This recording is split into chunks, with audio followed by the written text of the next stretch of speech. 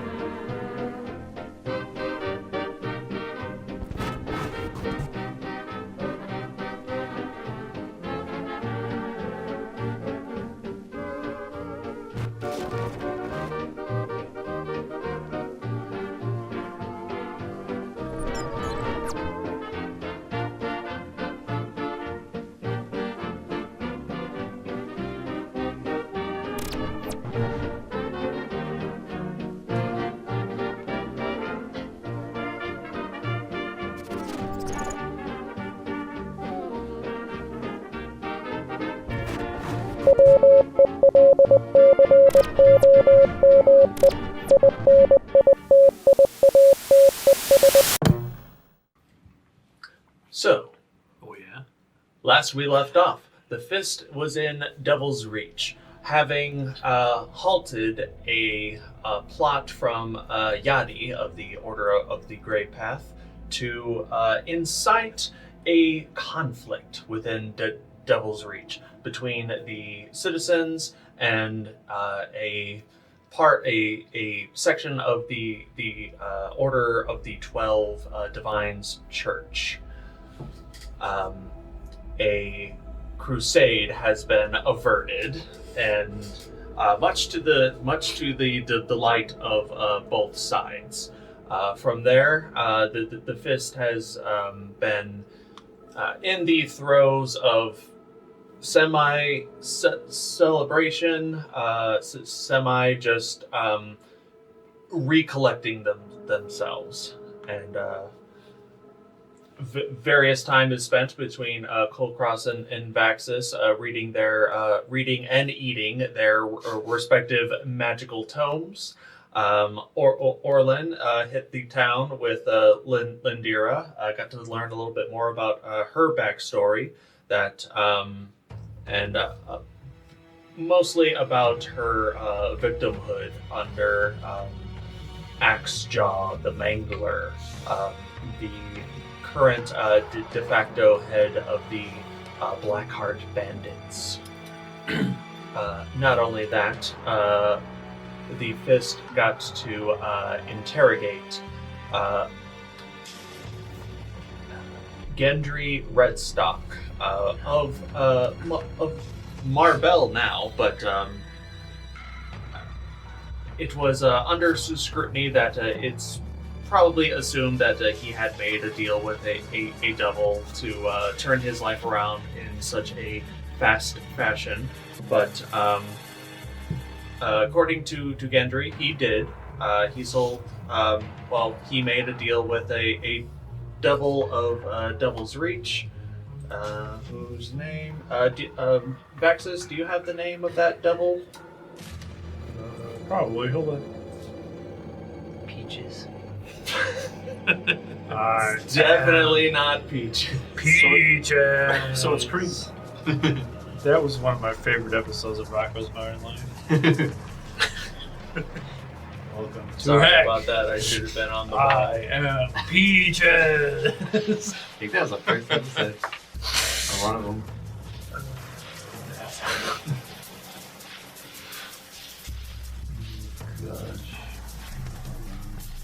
My notes are all askew. Oh, mine are terrible. This might be it. You guys are taking Yeah, it doesn't. I don't have a post-it that says "sexy goblin" back here. I just wing it from there. Of course you don't. You have 3 of them. Aloms. A double name, Aloms is who Gendry made a deal with. Damn, you beat me to it. I didn't find it. Go ahead. In exchange for Gendry receiving the abilities of a artificer in terms of enchanting jewelry and whatnot, Aloms asked Gendry to make a gem for him using infernal enchanting methods. Gendry complied, however, he wasn't exactly aware of what he was making, and shortly afterwards, at least in a chronological setting, within the next couple of weeks, that is when the Night of Ascension within the Devil's Reach happened. The night where about 100 tieflings were brought into the Geistwood forest and were immolated at the behest of one brother Malmos. And it is claimed that this gem, the only thing that Gendry is aware about it is that it has mind-altering capabilities. Hell of a drug. It's a beer gem. Could be. Do I believe? Oh yes. It also seems that the gods are not quite done with the fist. They have more charges, more demands to be made of them. Specifically to travel eastward to the land of events, home of the Bards College, and investigate a series of odd occurrences happening there. And until such trials are completed, Orlin and Vaxxus are suffering a divine bane, which subtracts a d6 instead of a d4. And I believe Kulkras is just guided, or is Kulkras blessed? Shit. What's your notes say? I think you were still blessed. The previous one that I had, when both of us had, was guidance. Were you maintaining the same thing that we had before? For this, you know what? I will let Kulkras decide what his divine boon shall be. Is it going to be guidance or bless? So ability checks or attacks and saves? I think ability checks might be more fun route, so that would be guidance, right? All right. Kulkras. And for all we know, that could be what it was the last, or what we ended with. And All right. I believe that is all that was taken care of. Oh yeah, the ruling authority of Devil's Reach, known as the Triumvirate, led mostly by Beast Worgen Aaron Trinette. He has discussed that there will be some form of a reward for the fist, but they are still in the processes of getting that ready. Besides all of that, we will instead dive back here and we're still being loose with these 5 days of downtime. So if there's anything else that the Fist would like to do, you're more than welcome to speak up. You know what? Since we have so much downtime anyway, we might as well just have said we killed Axejaw at this point. It's fine. Yeah, we made a quick trip to the other end of Arcala and came back. Oh, I thought he was in this forest. No, Well, he's it's like down there, and we're up here. yeah, he's in the Blight Marsh, which is like way Crap down here. Yeah, that's sure. That's like a day and a half. That's a suburb of Arcala. To get there and come back. It's like a day and a half. It's fine. Where are we staying again? I believe you are staying I think we're at the family house. at the House Dinvula. After our carnival night, I want to burst into the house and go, "Come on, losers, we're going clubbing. I found Club Mask. Get dressed." What time is it right now, I guess? Evening. It is evening. Can't this wait till tomorrow, Orlin? It's time for bed. We're on a schedule here. Disappears. What the hells are you pointing at? There's nothing on your wrist. I have a watch. He did buy a watch. Buy a watch last session. Is that thing even working? Yes, it is evening. Yeah, That's all I watch says. it just says what time of day it is. It's like morning, noon, evening. I love it. You get dressed, you take a bath, and then get dressed. Whenever you guys, I guess what is everyone's version of dressing up? I was still going to wear the same thing that I wore to the carnival, which is the thing that I wore to Club Pearl in Baldor. Pretty much the same thing I was going to wear. I get cleaned up and wear my normal stuff. All right, fancy clothes all around. Sounds like fancy normal. fancy normal. Do you pull up with Saoirse? Now she can stay at the house. All right. Lindira and So mean about it. Stay at the house. Lindira Danny's going out. and Auntie Emerith are they're fine to look after Saoirse. Don't worry, Orlin. I'll make sure that she gets a whole bunch of scritches. Isn't that right? There's this big monster of a manticore. I whisper to Orlin, "You won't want to leave her here for long. She's killed every family pet we have." I'm sorry. What was that? Well, nothing. I was just talking about PT and Goldie, and all right, we need to go. I was going to say minor illusion, like a bunch of cat skulls with X's above them. She killed the bird, the fish, the lobster. I don't know how you kill a lobster. Seems like that'd be like a Warm bath. Yes, we had a pet lobster. That's what we had for my birthday. This is Krabby's origin story. Dressed as decadently or as casually as you like, the Fist make their way to a secluded alleyway in the throes of Devil's Reach, and you see that at this point in the evening there is a short line of at least like 2 or 3 people.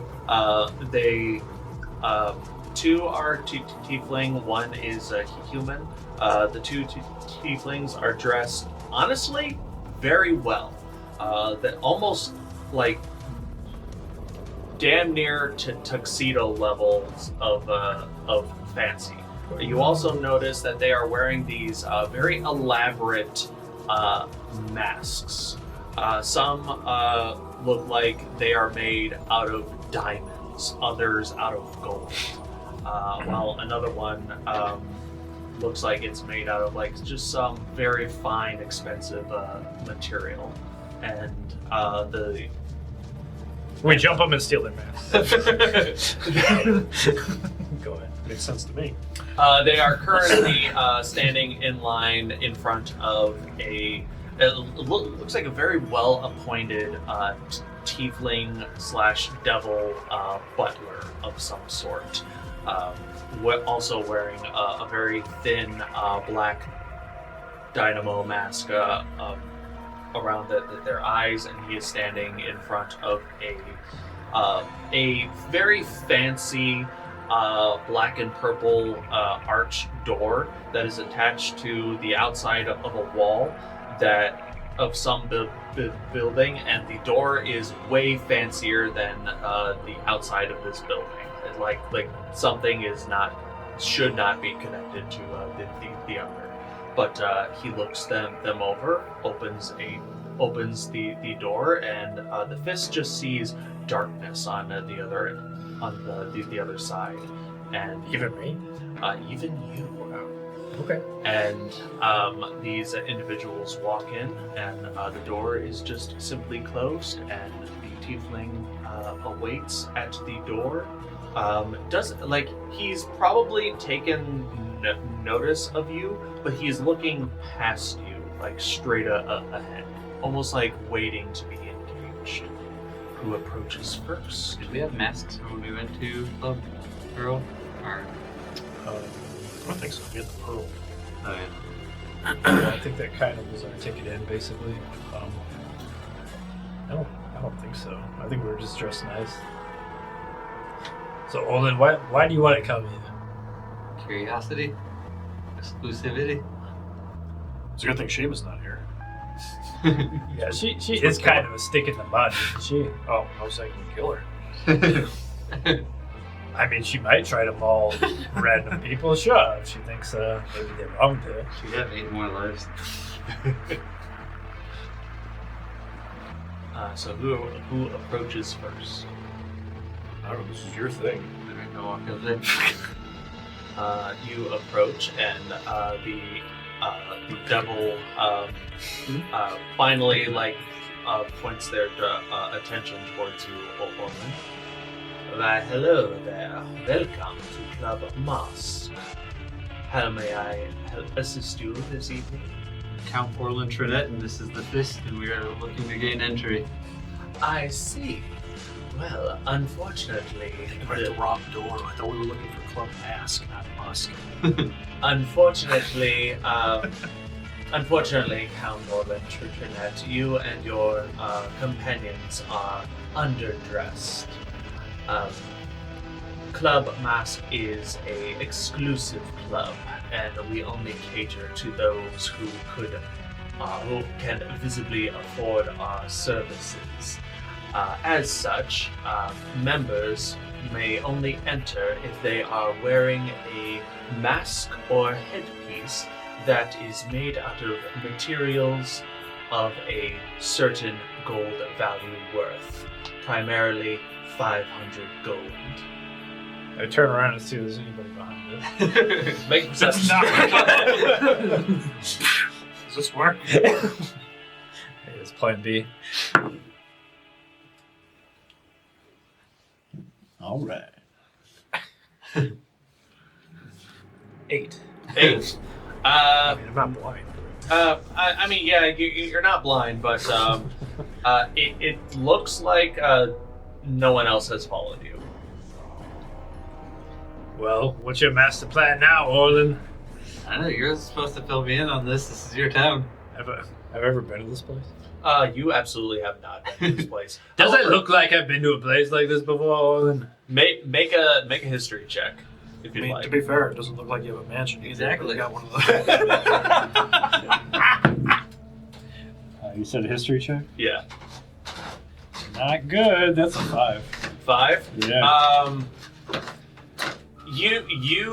What little you are. Okay, well, on that 8, there aren't people, but there is a dog that like followed you for a while and is barking. Shoot, get out of here.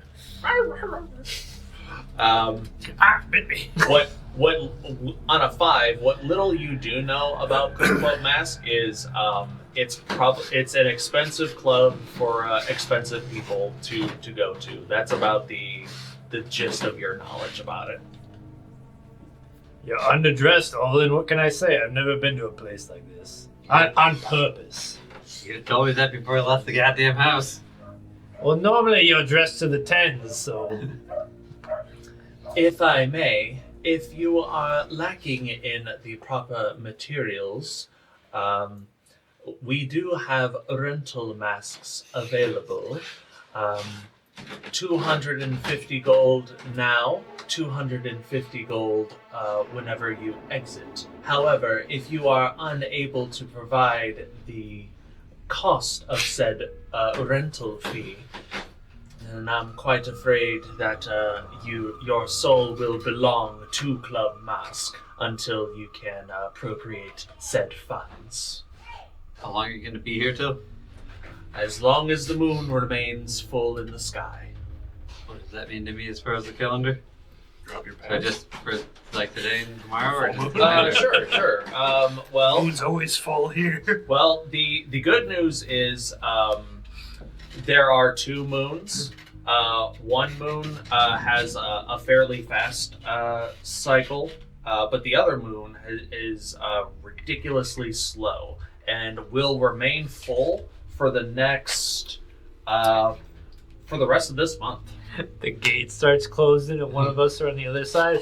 Hurry up! And they start like pulling our pants down. The gate's closing. I can't hold it much longer. Other than that, though, however, if you are unable to make use of our facilities while this moon is out, Club Mask will spawn entrances at places within Arcala where massive amounts of trade and gold are being passed along. Just wait for the next full moon and take an extra peek around empty alleyways and abandoned street corners. You might find one of our entrances there. how much time's left in the month? In this month, like 20 days. Is this really the time to be doing this, Orlin? We have that charge from the gods again. So we order new masks, go deal with the stuff in vents that you're dragging us into. And Oh, me? Oh, so you don't want to go at all, is that right, Orlin? only because I keep getting dragons in my dreams that are telling me to do what you guys want me Then to don't do. just blame it on me. You're a terrible liar, Orlin. Because I keep getting burned. We're having this argument in front of the bouncer. You could And never then he truly get rid of immediately Burn. He's just looking past the fist, and he's just standing there. He's like, Jacob he's like, jumped in. he's like one of those British guards that's like commanded never to break character.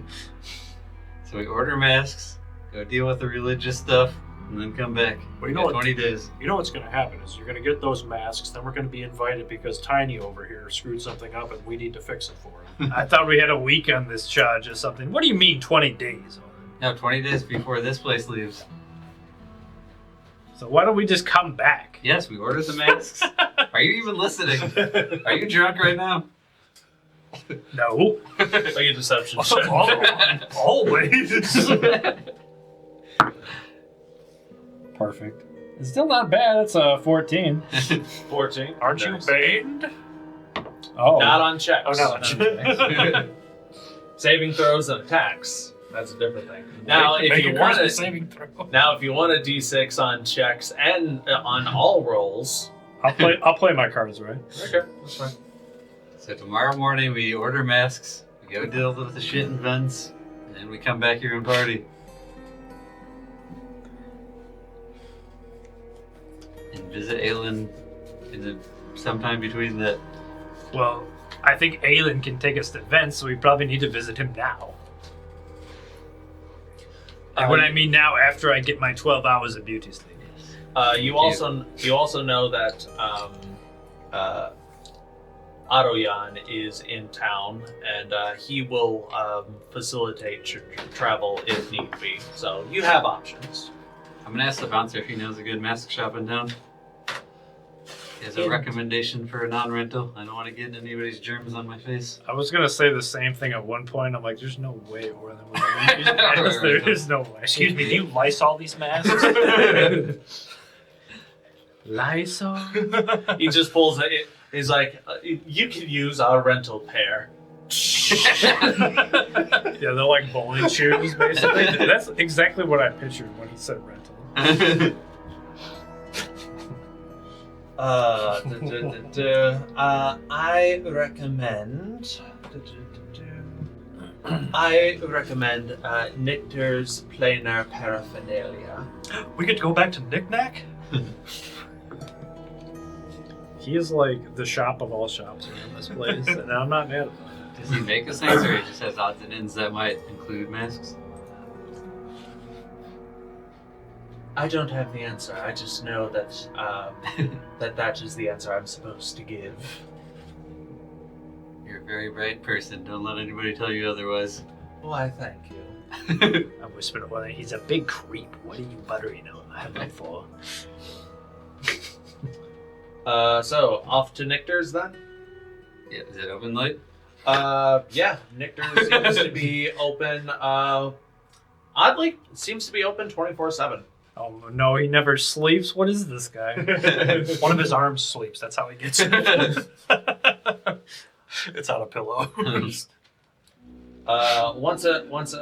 Again, you guys find yourselves in Nictor's planar paraphernalia. It is a circular type of shop with a desk at its center. There are walls and shelves just filled with various junks, books, bits of metals, broken pieces of equipment and magical items, and in the middle of the shop, seated at a circular desk, is this 5-armed, almost a tealish green skinned tiefling wearing these big old goggles, and 2 arms are currently trying to repair some sort of. It looks like a magical Fabergé egg of some kind, while another 2 arms are just sorting through some scrolls, while the 5th arm is just sipping, holding a coffee mug and. For Nictor to drink out of. Is it just me, or does it sound like he has more arms every time he comes? He's always had 5. He just does a lot of things with them. What are you talking about? He's always had 12. 16 arms. Yeah, What? we were gonna start saying that every time we forget and come back. And Look, he only has 5 because we're trying to avoid copyright from a Hayao Miyazaki movie. Sure. Nictor looks up. Welcome back, Fist. It is good to see you again. Mr. Dinvula, last we spoke, you inquired about a certain scroll, a magical scroll, I believe. This would be the cost of said scroll, and he slides over a piece of parchment, of a folded parchment paper. it just popped out of my head. It reads 5,000 gold. If this is an item you wish for me to procure, I can do so at the rate of half now, half upon procurement. Is this like a limited edition short stacks or something? None of your business. And if it was, you couldn't have it. I'll get back to you, Nictor. I would need to gather some more funds. Not a problem.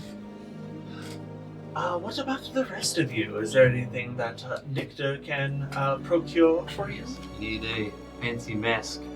Ooh. Something classy, but not too gaudy. Classy, but not too gaudy. Yes, elegant. Looking to get all dressed up for a moonlit ball? Yes, exactly. I can do that, not a problem. However, it will take some time to acquire such expensive materials. But for the construction of the mask, are you looking for one for you, or one for each of you? I think we're all trying to get in, right? I definitely am. I won't charge too much for the mask's construction. However, for the materials that the mask would involve, I would require 525 gold per mask. And I'm afraid that this one will have to be upfront. Can I get one that's literally like a half mask of a platinum dragon? Absolutely. I will give him 525. Is that right? Is it 525 or 520? 525 if you want him to make something, but if he has something available, he'll sell it to you for the price of the mask for 500. What does he have in stock? Let's see. Go ahead and Wait, we got stuff in stock. go ahead and roll a d20 for me. 4. He has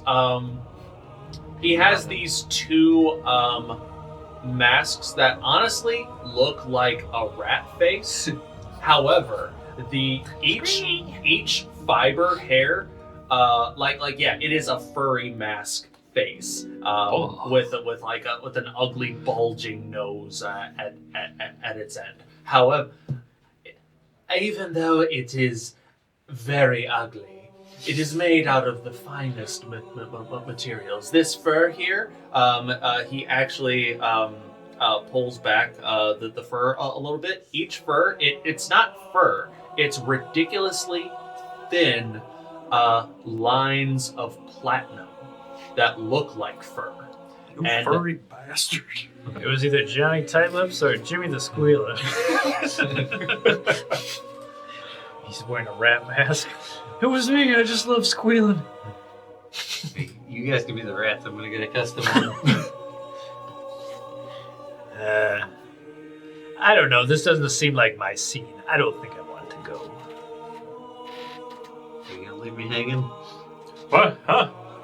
Can you just make a plain one? I don't want to go as a rat. Well, I can make a plain one, but these are the masks that I have available for purchase as of right now. If you want me to make something else, it will take me a couple days. Yeah, that's fine. I'll give him the 525. Alright, 525 for a custom one? Yeah, the platinum dragon. Alright. Is anyone else putting in 525 for a mask? Yep. Alright. What sort of mask would you like crafted? For those who didn't... He opens a drawer, he's like, what kind would you like? Oh, speaking of which, I do actually have that on hand.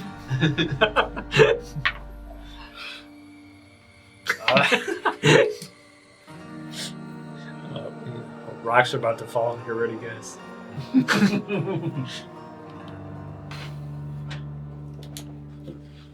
Let's see, maybe since I can transform into animals, if you could make it with like etching of antlers and like a rhino. I needed a rhino thing before. or yeah, can you make one with like a rhino horn? Ooh, fancy. That can be done. Rhino aesthetic.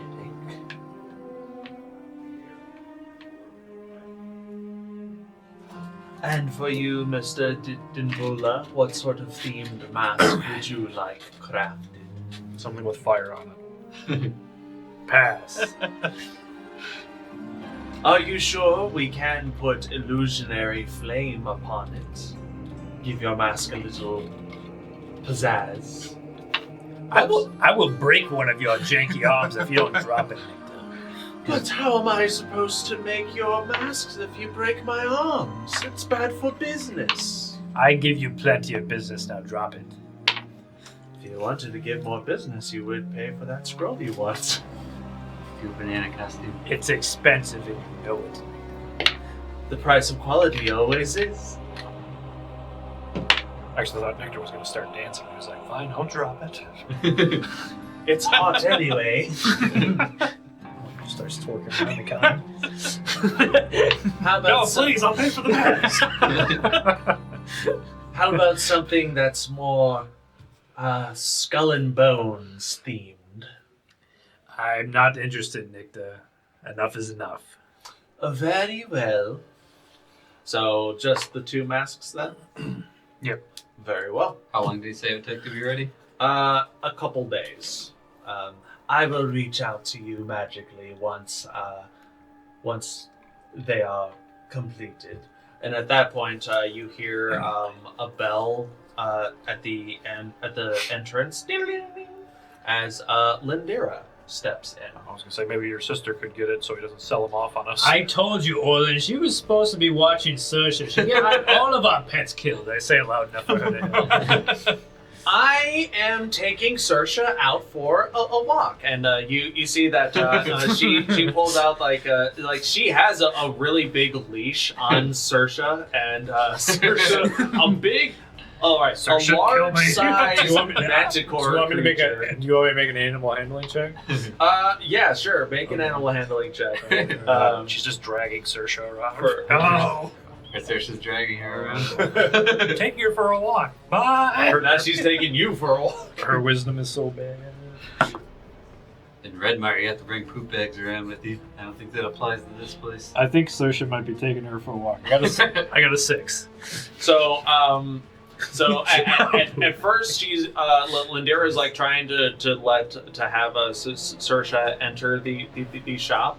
Saoirse eventually makes her way in by going through into Lindira's legs, knocking her down, getting the leash tangled on her leg, and so Saoirse starts dragging Lindira around this very cramped shop as various bits and bobs start falling on top of Lindira. Have Lindira make a dexterity save at disadvantage if you'd be so kind. My face. Nice. This is all going to the Sin Guard's insurance.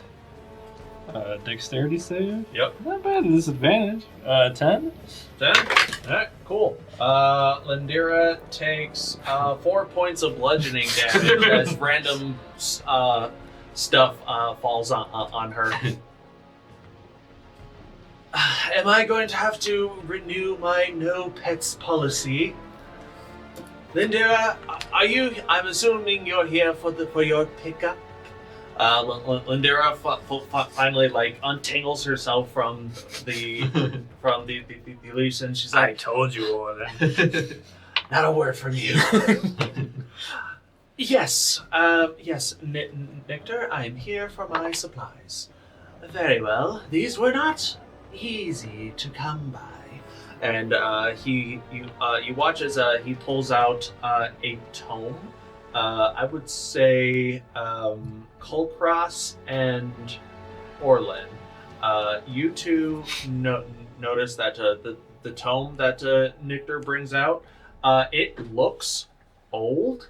It's a heavy set tome, and it has almost like dragon iconography on it, as well as a scroll pouch and a small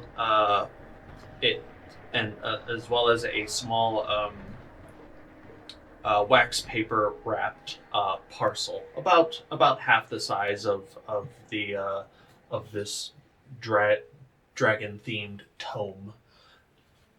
Here you are. I believe you already paid in full, so no extra charge necessary. Thank you, Nectar. You are a miracle worker. Don't I know it? He high-fives himself with his fifth arm. I speak Draconic. Do I recognize anything on the tome? Make a perception check to try to read this tome. 14? 14? 14. Roll for snooping. Actually, yeah. It basically describes The tome is basically describes as a Dragon Knight's manual.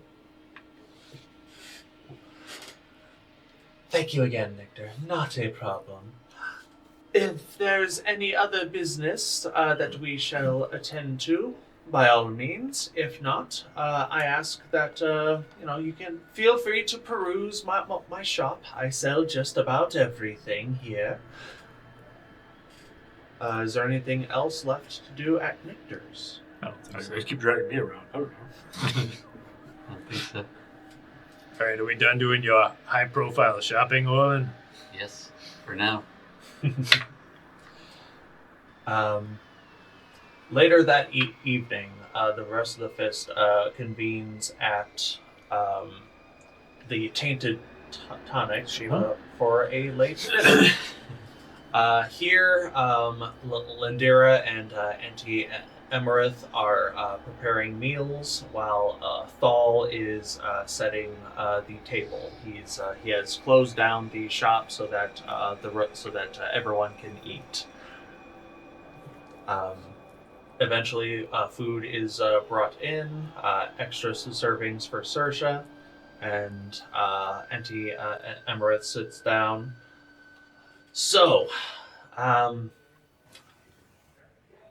lot has happened in the past few days, and I believe someone has told me that there is potentially hope for my niece that was lost in the Night of Ascension many years ago, as well as the rest of the people that were disappeared from that night. Well, let's hear details, because this is kind of a big fucking deal. Yeah, Vaxxus, what's going on? Thal says as he rolls his sleeves up as he's getting ready to dig in. Well, I guess I can't keep the truth from you, especially since I told you half the story and not the whole story. But apparently this devil was interested in turning tieflings into his own personal devils. For whatever, I don't know, his own personal army, perhaps. It sounds like at this point he has all of them in some kind of devil form with him over in Dender. Maybe sitting on the throne as the king over there, for all I know. So they're alive, they're just not how they once were. There is a long, quiet pause of silence as Emerith, Thal, and Lindira slowly take this information in. Do you trust this info?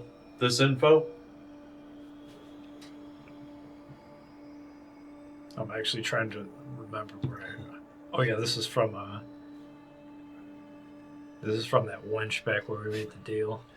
So didn't we beat something up with this information? Yeah, you beat up a wyvern in one round for this info. Yes. I can't remember her name. Relian. Brilliant. There you go. Yes, it was a very, very sleazy source, but reliable. Very deal-oriented information. I don't think they were at liberty to lie at that point. Well, Thal, I guess that makes sense. We spent a fortune trying to revive those that were lost. And we kept blaming the Order of the 12 being stingy, not, advertising that they could do these miracles, but everything had failed, even after all of the money we had given them for the attempt.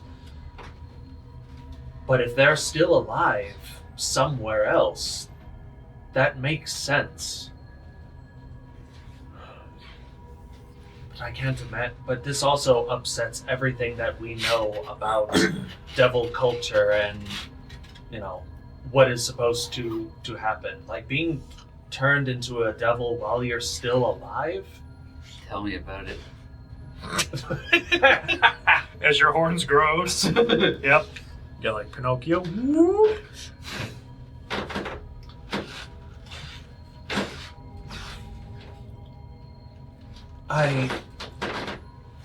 To be fair, this is a lot of information to take in.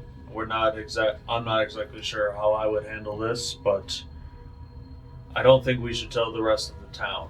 Not unless, because if we tell them, they'll go to Dender themselves to try to change things, and they're just going to get themselves killed. Well, you don't have to tell anyone if you think it's not going to be with the best of intentions that they're going to act upon this. I think they'll want to act with the best intentions, but the best intentions get people killed. So that's just what I think. But you are the ones with this information. You are the ones that can actually make a difference. So we'll leave it up to you. But obviously, if you can save our family, save those that were lost. I don't know how to save 100 people like that. How could you tell the difference between one that was devil that was one? I don't know. It's yes, maybe it could be there too. What's going on? Shenanigans. Talk about it later. Oh That's boy. a funny autocorrect. But yeah, like Yeah, no, I could.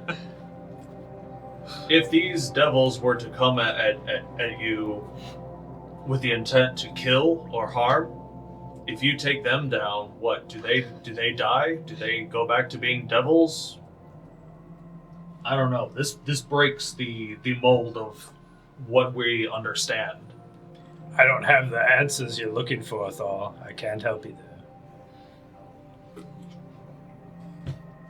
Well, this is more hope than what we had yesterday, and more hope than what we've had in the past 14 years, so we'll take it. Lindira speaks up. Are you guys going to Dender at any point? Out of curiosity? Definitely. Eventually, but I think we're a little light on reinforcements, and we might need to even train a little bit more before we go there if we're going up against potential. I had suggested Small just armies. teleporting in, but apparently that wasn't work out. Yeah, there's a lot of plans that get us killed, and that has been one of them, just about, I feel like.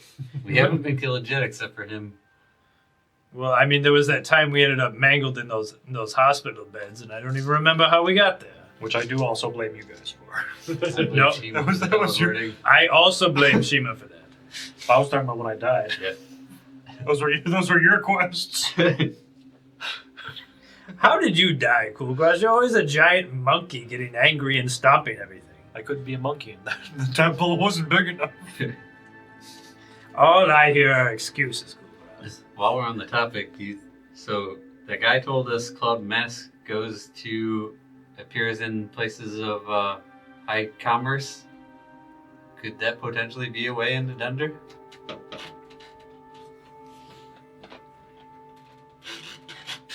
I don't know. I've never been. So Well, none of us have unless someone in the house or the tavern. I think that's speaking. I know none of us there, other than me, are wizards. Emerith takes a long drag from her cigarette. I haven't been to Club Mask myself, but I have heard other people say that Club Mask is it's a portal to a demiplane that is very connected to the Hells. All types of illegal activity that one would call illegal on the material realm, completely fine in Club Mask as long as you follow their rules. And they offer services of all kinds, including fighting pits, secret magical items, information, and even teleportation to other lands, including other realities. Maybe we could go to that If place. if Dender is as fiendishly influenced as the rumors we've been hearing, allows us to believe, then I would think Club Mask might be a way into Dender.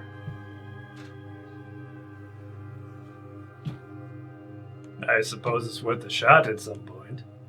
So you guys get your mask. All right, fine. Just stop asking me already. At this point, there is a loud knock at the door. Go away. It knocks again. Are you deaf? I said go away. Just send your manservant to get it. Kulkras, go answer the door. I throw him at the door. Make a strength check at advantage. Can I not defend myself? Sure, make a dexterity save. Oh lordy.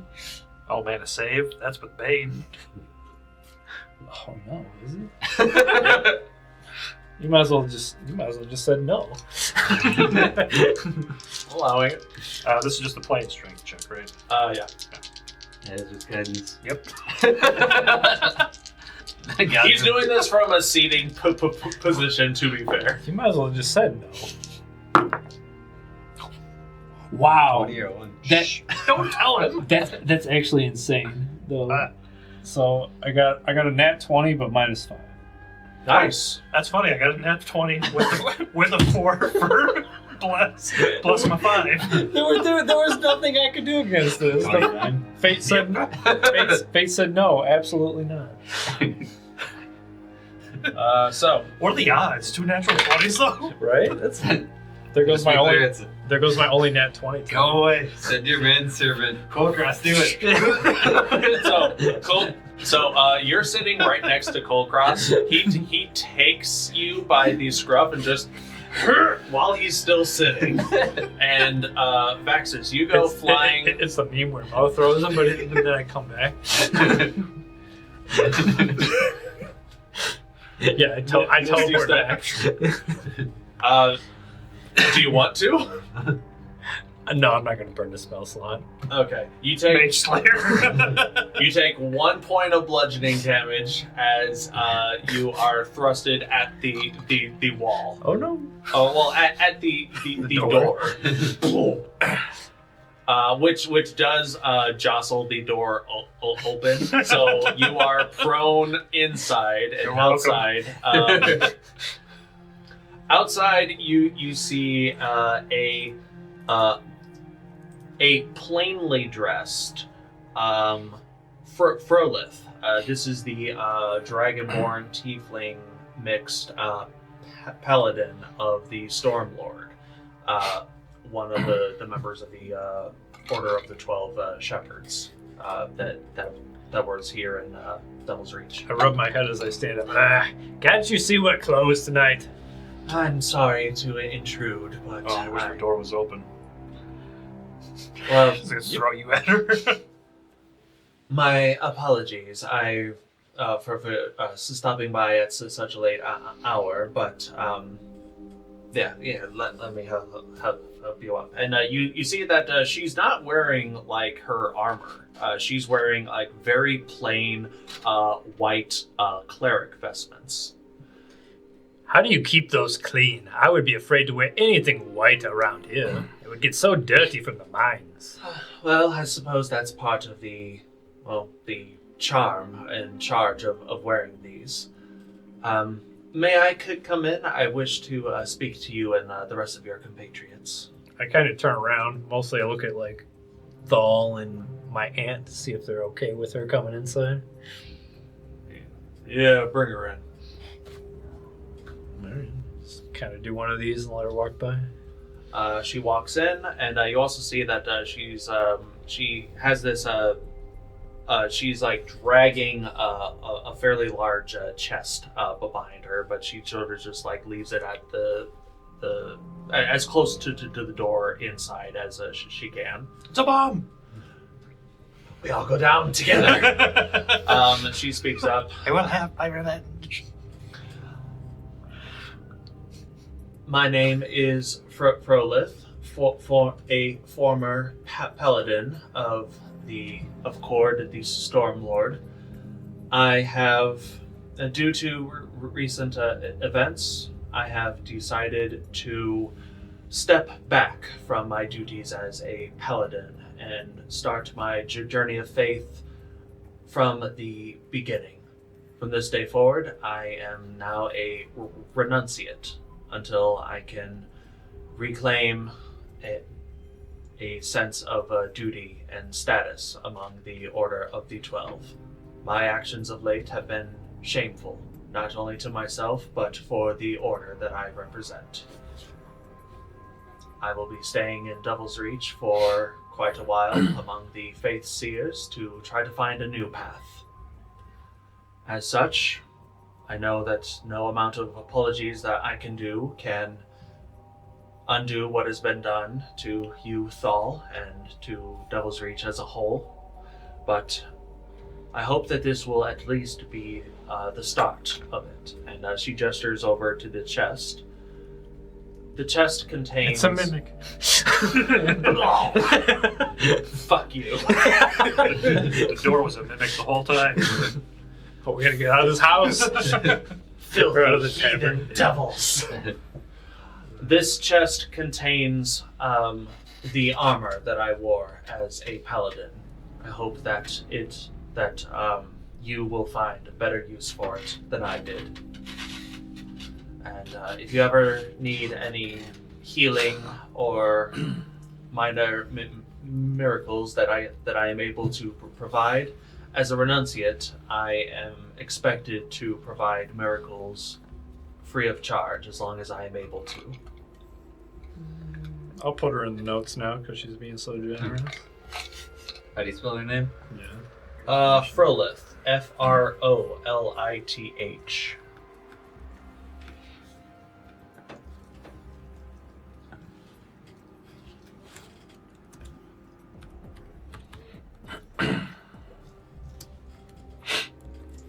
She also walks up to you, Orlin.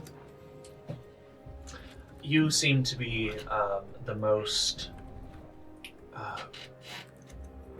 godly inclined amongst your group. I know that you are more partial to the Platinum Dragon. However, I feel it is necessary to present you with this, and she gives you her holy symbol of the Stormlord, and you recognize this as one of those fancy amulets from Kazul's caravan. I chose to follow the Stormlord because I was trying to fight an enemy within myself. But I wore that faith like a spiky armor rather than, I don't know, something more attuned to saving people. I was just trying to save myself from the infernal blood within me. But I have to learn to come to terms with that. That is, infernal is part of who I am. It's how I, and hopefully within the next stretch of time with the Faith Seers, I can learn to accept myself. I don't know what sort of journey you are experiencing, but I hope that in one day you can learn to accept what you are. I also want to say to you that I have also been under the influence of the evil in the realm, both mushroom and snake related.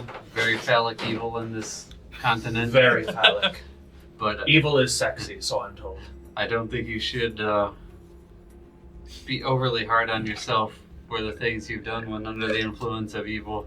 there's things that we just cannot control due to what is going on in several continents right now. Let me ask you this, Count Orlin Trinette. While under the influence of evil, what was the worst thing that you have done? I choked out our cat friend and almost killed her once. That was pretty hardcore. I remember that. Yeah, wow. Just wow. Yeah, she's very tall and just dangling there. And... Interesting. Mm-hmm. Well, the worst thing I almost did was massacre an entire town of innocent people. You may be able to... I don't know how long it took for you to come to terms with that, but I feel for me it is going to be a little bit harder. So I must be harsh on myself. I could have done similar, but I was surrounded by the right people who stopped me from doing that. So I would say to you to surround yourself with the right people. Perhaps I will with the faith seers here in town. She regards the rest of you. May the 12 guide your steps, Fist. Thal, Emerith, my deepest condolences. But I am glad that I was wrong about you. Yeah, just don't let it happen again. And she curtsies and leaves. I throw Vaxxus at her. Sure, make a ranged attack roll. Use your horns. This time I'm going to teleport. Enough's enough. Let's see if we can duel natural 20s again. She left a chest in you? Yes. So bogus with Bane, I didn't have a chance. Might have been a disadvantage even with it. Or even if you Check out didn't the have chest, it. I guess. Alright, you open the chest, and indeed, there is a beautiful plate of, it almost looks like platinum silver armor that has various lightning iconography all around. This is known as Storm Plate, and it is plate mail. It is +1 plate, gives you immunity to lightning damage, and 3 times a day you basically have a lightning damage hellish rebuke. I kind of catch a glimpse of what Orlin's looking at. Are you sure you want that, Orlin? I don't think you need it. Might be right up your alley. Orlin, I never told you you're my best friend. No, but you can tell me now if you'd like.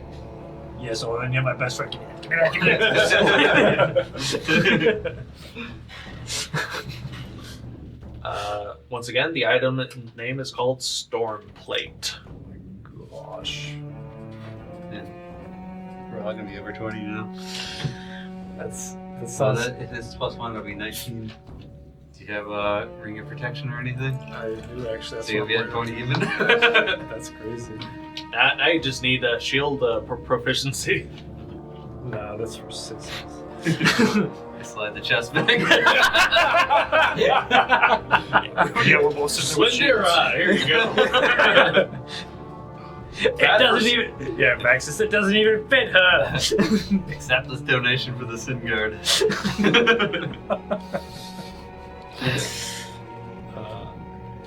That was totally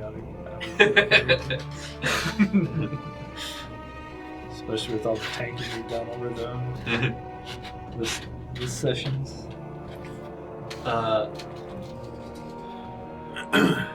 The rest of the night goes well. There is various stories swapped of Vaxxus in his youth. Indeed, Vaxxus used to be able to fly, according to Auntie Emerith. At some point, the rest of the fist falls asleep. Kulkras. Not another one. Another. Diarrhea. Where will you be when diarrhea strikes? I knew I shouldn't have had that stew. Make a constipation. My favorite. I think you want to make this save because you want to feel constipated right now if it's like that. That's not fun either, but It's all that cheese. What would Shrek say better out there? Kulkras. As you dream, you awaken. And you awaken within this dream. No, wait, we're still in the time frame. You feel like you do have a sense of control and agency in this dream. Just like whenever you talk to the idol of Ayum. But here just feels wrong. The feet, the ground underneath your feet, you can feel squirming and wiggling and writhing of like thousands of tiny masses. Those damn worms again. You look around and indeed you are standing upon a landscape. Like you can see, like often in the distance, you can see hills, you can see mountains, you can see trees, but everything is comprised of worms. You look up into the sky and you don't even see sky. You're not even sure if whatever you're standing on has an atmosphere. There are no clouds, just like various gaseous, like green and brown smog. And beyond that, you see it was the stuff. Beyond that, you see like twinkling lights in the night sky, stars. But the more you focus on them, the more you see that they sort of writhe in place. And there is even a moon that is visible, and if you focus on that, you can see that it is just a big old ball of worms and maggots. I still don't understand this one. Who's giving me this one? As you say that, you look to the left of you, and there is a cloaked figure, not pointed at you, but like standing beside you, facing the same way that you would be, off into the distance. And you can't quite make... It's Xehanort. You can't quite make out the details of this individual, but you do see that the cloak that they are wearing hangs loosely over their very thin frame, and you see that the cloak is sort of pulsating and undulating erratically in like numerous spots around. Oh, it's 3 worms in a trench coat. Is it time for labs? What? Is it time for A labs? dog has joined the party. What's the matter, Cookie? I heard about worms and I got hungry. Duh. Damn it, they finished their sandwiches. The cloaked In a blink of an figure, eye. the cloaked figure doesn't give their attention to you, but you do hear a voice. But the voice isn't coming from this figure. The voice is almost coming from everywhere, including like what you think is the worms beneath your feet, the worms on this moon. Like all of the worms and maggots are like speaking in unison. Gross. Yeah. In various pitches of voices.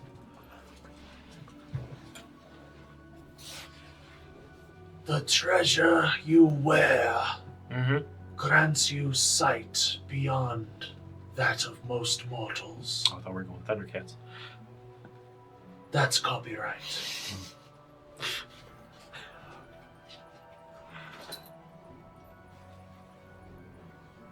Why do you resist its use elsewhere? You're trying to get me to choose you over the gods? That is not I mean, yeah. He's like, shit, you got me there. He's like consulting the other spirits. He's making a lot of sense. Yeah, he's making a lot of sense. The worst. That cloak you wear offers the truth of many a thing in this world and yours. However, if the gift of sight is not one that you seek to use, perhaps I shall have it reclaimed and gifted to someone who's more curious in nature. Well, I mean, you can't be coming to me when I'm having a chat with my deity.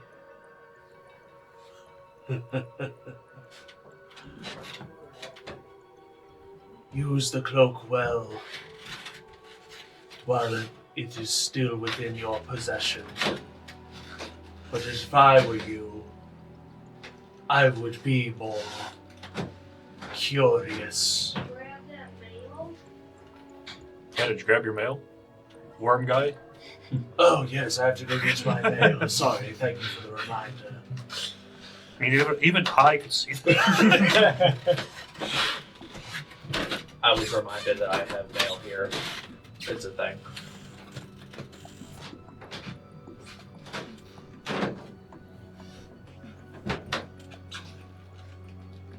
Yeah, he's just going to turn towards you, and in this dream, you realize you are wearing the Cloak of Eyes in this dream, and they are all just like naturally pointed towards this cloaked figure. And as he turns, you see that inside the cloak is just a thick amalgamations of like bigger than average size worms, like almost snake-like in size. And the face just sort of like explodes with worms and stuff that wrap around your face, and then you wake up. Wait, couldn't you have just given me that now? Hold on. Get your ass back here. You're going back to sleep. I'm coming after you.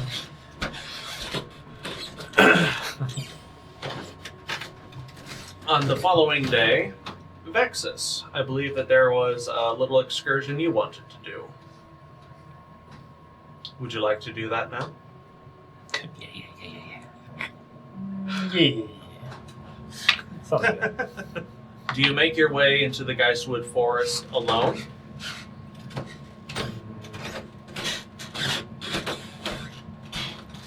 Are you fellas bored? Do you want to go on a little trip?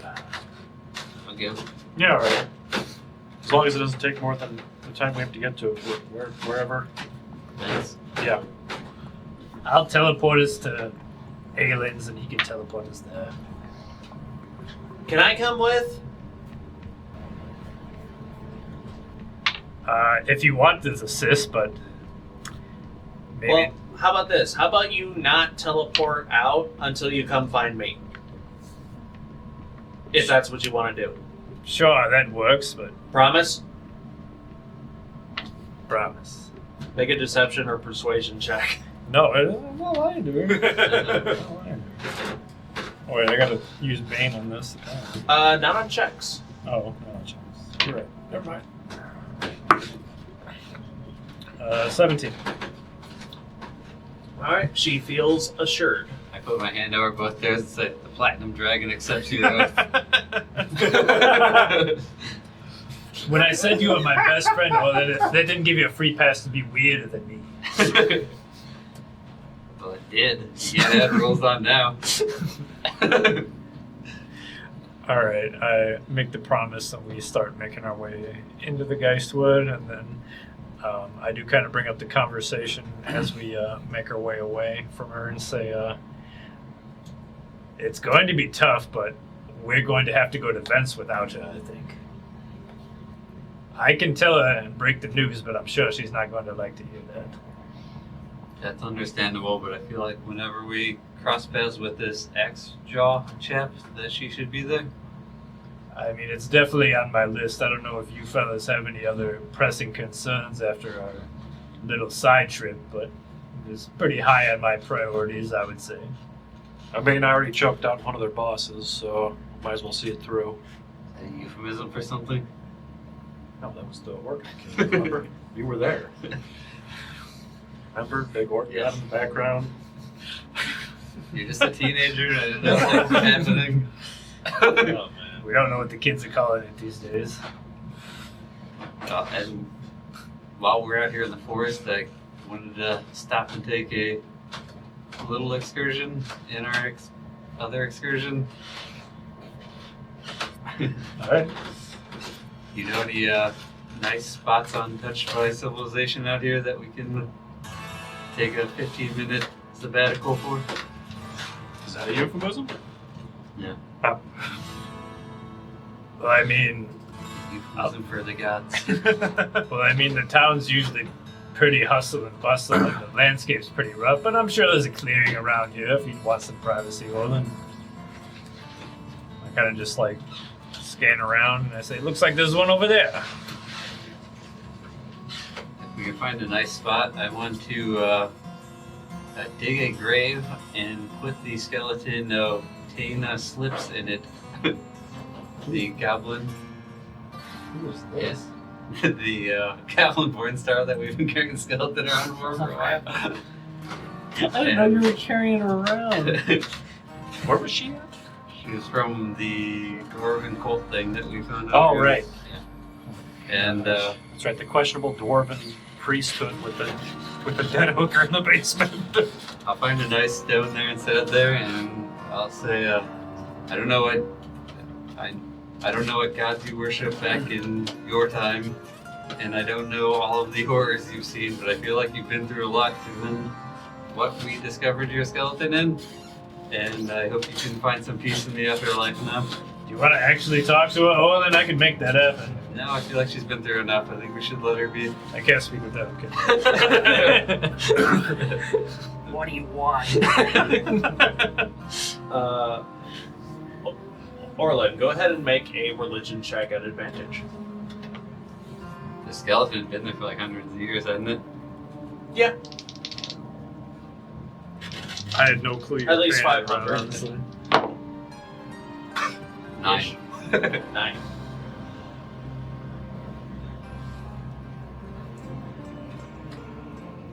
Let me ask you this about Riddle me Orlin. this. How often did how often did Orlin go to church, and how often did Orlin pay attention to church? I am proficient in religion, so I think he's well educated in it. I also have my 12 Roads to Glory book too, which is the religion for dummy I have in parentheses. Okay. Isn't religion like the one thing you always roll bad at, though? For Yeah, I some do, reason? yeah. I try. Mostly associated with the religious practices of the Platinum Dragon and the Everlight. and the redeeming qualities of the Everlight. You do your best to lay these dwarven bones to rest in a way that doesn't influence one of the deities over the others, but you feel that this is still more better than what these remains have. Like, being buried in this way is more respectful than the state that they were in for the past several hundred years. So you feel that somewhere some scantily clad angelic dwarf is looking down and just giving a thumbs up. Goblin, but yes. Goblin, I would say. Was it a goblin? Yeah. That's what I had in my notes anyway. Huh, shit. Taina, Slip, Skeleton, and Goblin Born. Nice. Sounds extremely detailed to be inaccurate. Right. You have just like a dwarven bone, right? From someone else. I have a knife from the Dwarven family. That's what Yeah. it was. Okay. My mistake. I was thinking about something else entirely. But yeah, you lay these goblin remains, and somewhere you believe that they are happy for the change. Vaxxus. Yes. While in the Geistwood Forest, you are looking for something specific out here. You are looking for a circle of mushrooms. Go ahead and make a nature check to try to find some. Okay.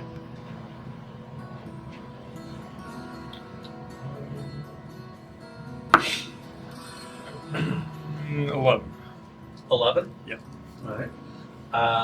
Vaxxus leads you around the forest for about an hour, not really finding what it is that he's looking for, but I'd say within the first 15 minutes, Kulkras, you notice that indeed the white rabbit has shown up and is keeping pace with the rest of the group, but definitely attempting to stay out of sight.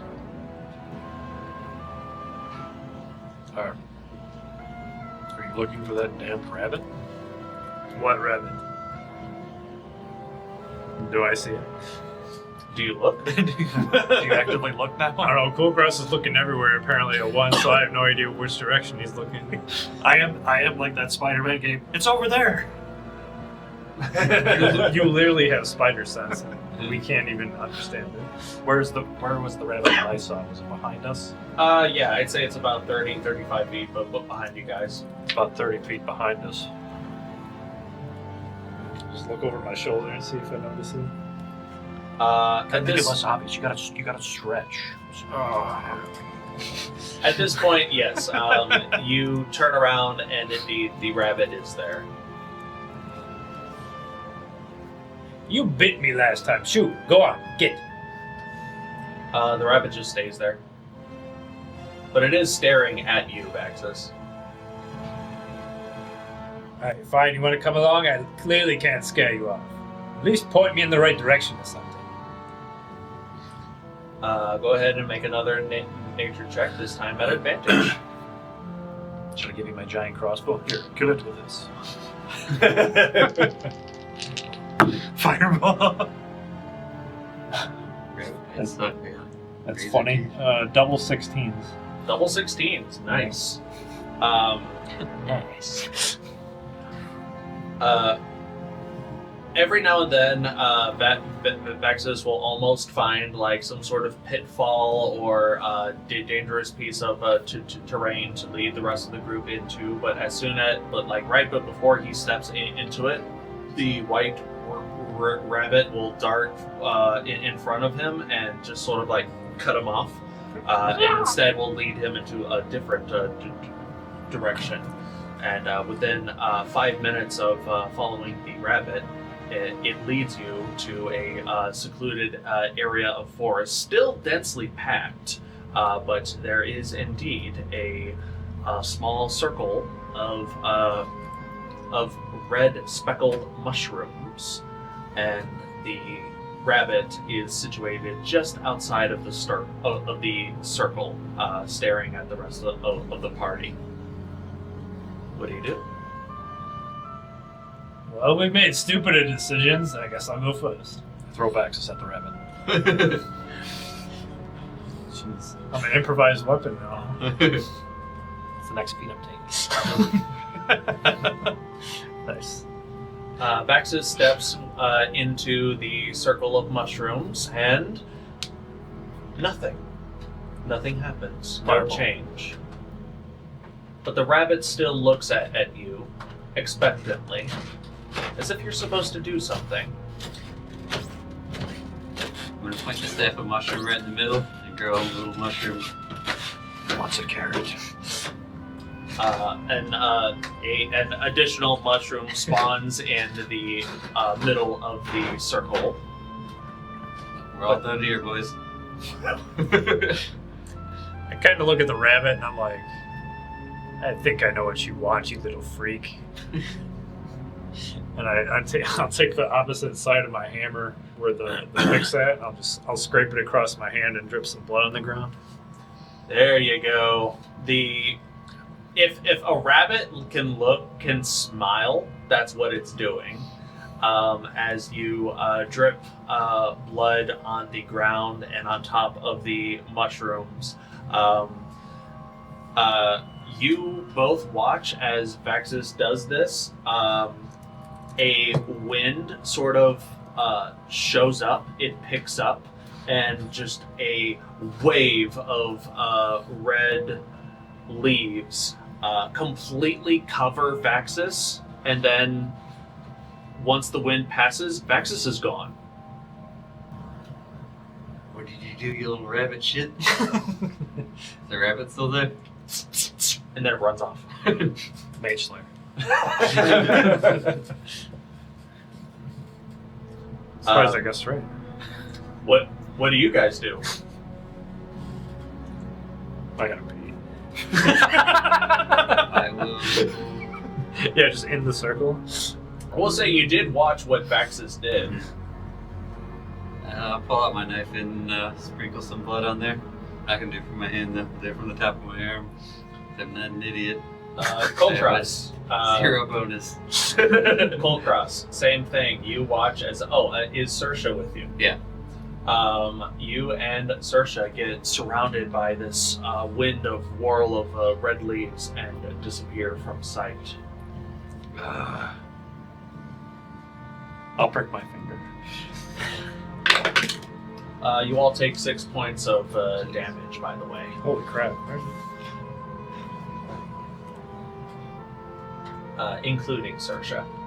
Yeah, we got sharp weapons. Yeah. I'm down. Yay. Next adventure. Hey, we all made it, Orlin. You gotta watch how you bite your finger, dude. You bit a little bit too hard. You all find yourselves still within the Geistwood Forest. At least that's what it looks like.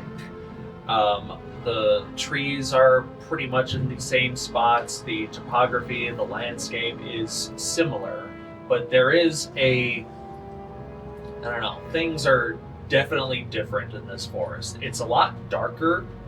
You guys entered the forest around early morning and stepped within the circle around, let's say, 10 a.m.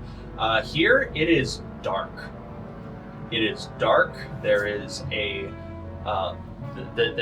area is thick with this rolling gray fog.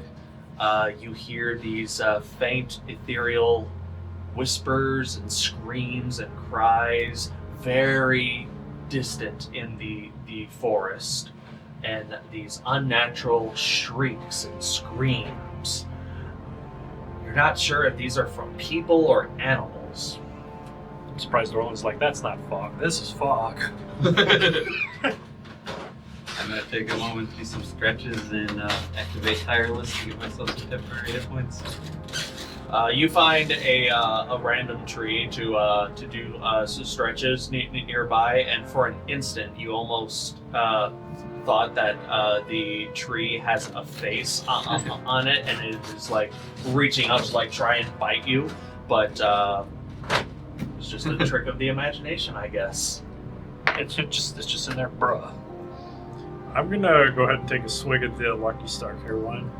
All right.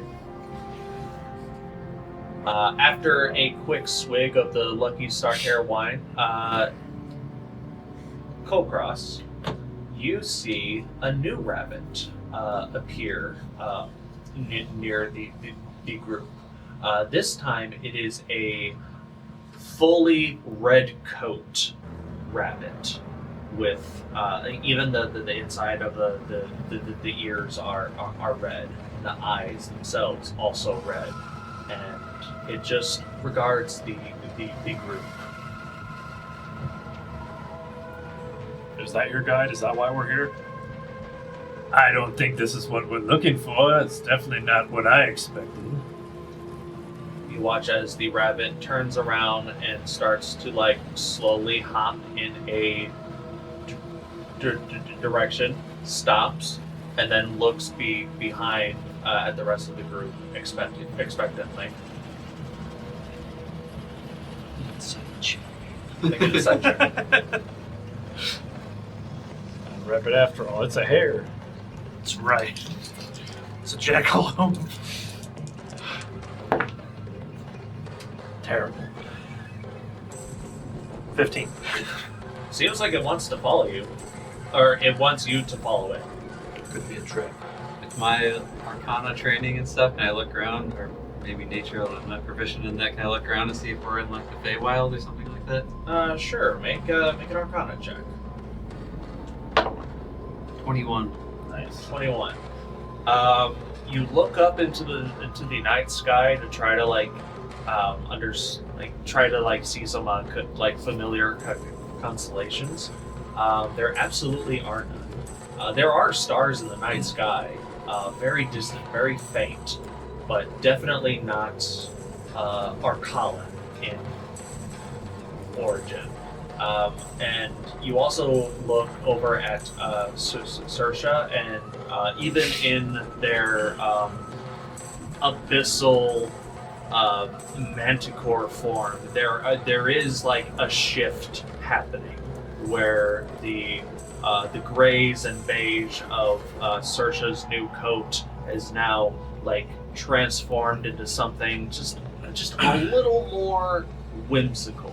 Like if you can imagine a Tim Burton's rendition of a fairy-themed manticore, that is what Saoirse is beginning to look like. And you know that Saoirse usually changes shape based on what plane or realm she is in. Yeah. So safe to say this is probably some aspect of the Feywild. Relay that information.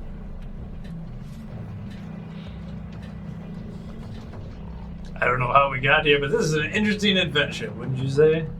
Well, we all drew blood. That's how we got here. Wait, you copied me? Use your own spells. Don't just take my inspiration. Aren't you copying him? creative. He's the only wizard here. I went first. How was I copying him? That makes no sense. I keep arguing as I follow the right. As you guys follow the red rabbit through this fog, eventually you come across a hut in the middle of this forest, made out of just like various pieces of wood, thatched roof. There is some sort of bubbling cauldron on the outside, and the door is decorated. I say decorated with what looks to be entrails and sinew woven into various arts and crafts. Instead of a wind chime of twine and metal, there is a bone chime of sinew and hollowed out bones. There is a tanning station, tanning for leather. But this leather definitely looks like it's human shaped. And the door itself also looks like it is splattered with what looks to be a fresh coat of blood. Well, this looks like a swell base, huh? And the doors open by themselves. Not very safe, please. I'm going to slowly make my way inside. You slowly make your way inside to the cabin, and your nose is assaulted with the sense of various bodily organs in various states of decay, random potion brewings. There is some sort of beef stew that is being cooked elsewhere. The walls are lined with various tomes and bottled body parts and loose entrails.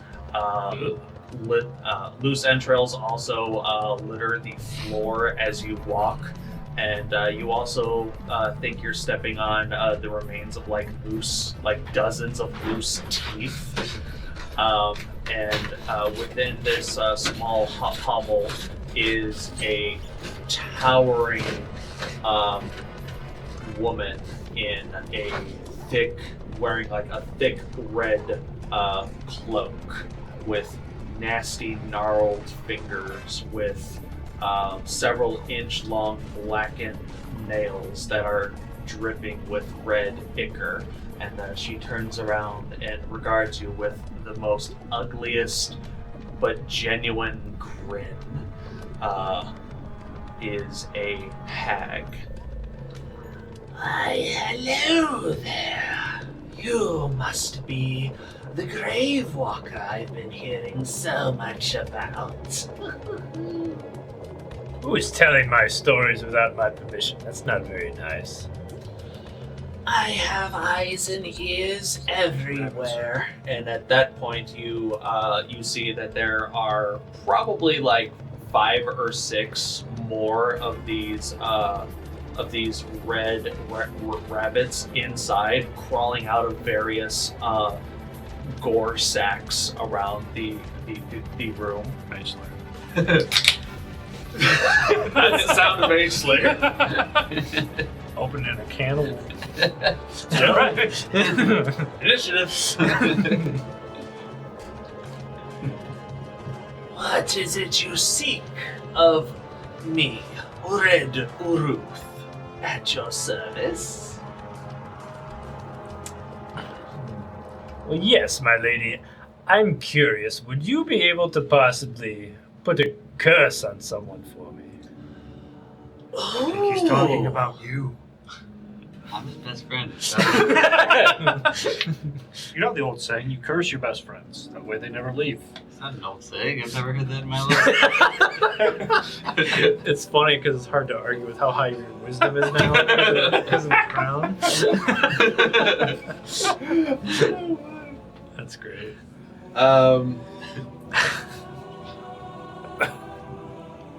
Curses are within the realms of my power, yes.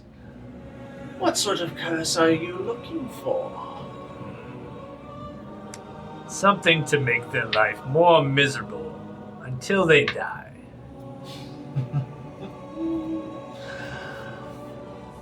And whom would you like cursed? I believe that's still his name. Even if he is perhaps not from this plane anymore, maybe it would still work. Could you put a curse on someone that many know as Brother Malmos? Unfortunately, names are quite important in my line of work. If it's not a name, then I would need something of theirs. Or if you can perhaps bequeath this Brother Malmos with a cursed item of my choosing, that can be arranged. However, with something tells me that, well, Brother Malmos might not be this person's name. Maybe you could find out his name for me instead. And what are you seeking to bargain with? I look around and see that she has all these grotesque knickknacks, I guess is a nice way to put it. And I'll just set the troll jar on her table. You're trading the troll jar? Alright. Make a persuasion check at advantage, honestly. So the real question is, would they put in the blood already? I don't think I need to roll advantage now. Ooh, that's still really good. 27. I don't think you get these in the Feywild, do you? At least not easily available. She takes her gnarled fingers and places them at the end of the jar just to like rotate it.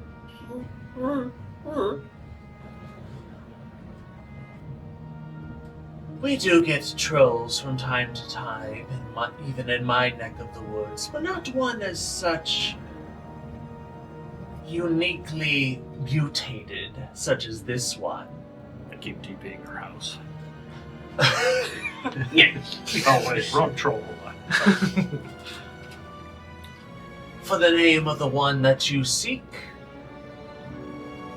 this is an acceptable trade. Is this what the deal you wish to make? And would I be able to offer you another item to put a curse on said person?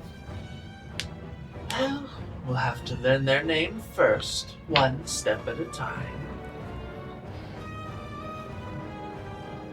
Alright, do I need to say some magic words or spit on something, or what do I do now? Wait. She takes her hand and cuts it with her gnarled finger, and she. Oh, no, she puts it in the jar. Well, have fun with that in an hour. 5 minutes. That's just the doctor if it's still growing after 4 hours.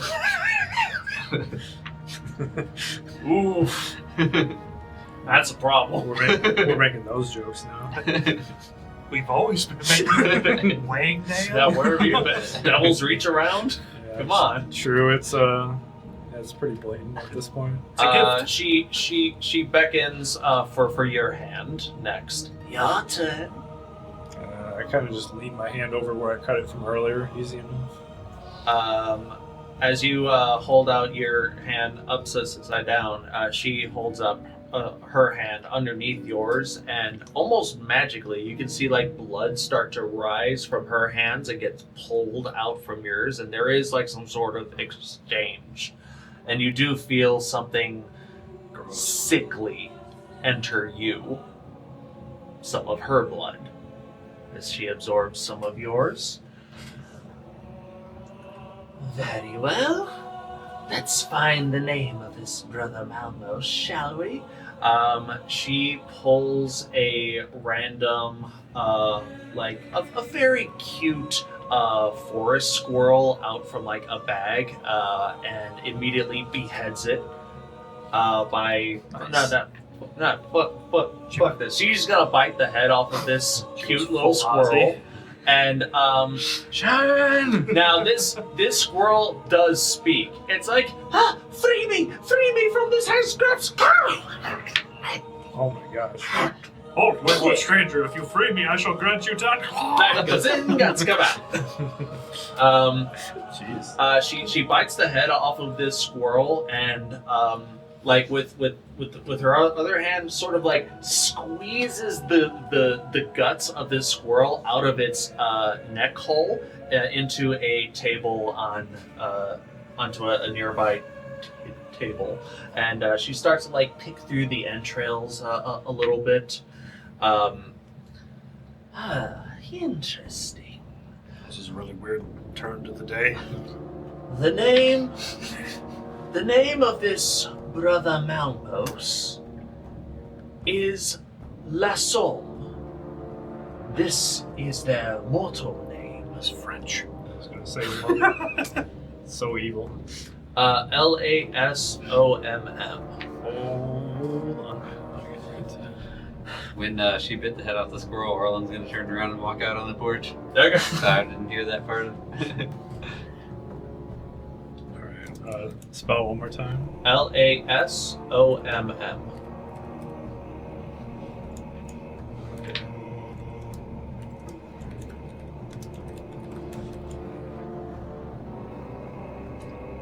You're not afraid of any retaliation from this individual? I'm a hag. He has more to worry from me than Come I at to me, him. bro. Wonder if they knowingly went after the name Heg. Like, do Hegs know they're called Hegs? That's our word for it. We know what we are, and we're proud of it. I'll take it with a grain of salt, but it seems like she's being honest since we made some kind of creepy blood pact. So at that point, I'll just say, well, maybe I can trade with you so you could put a curse on him for me. Curse.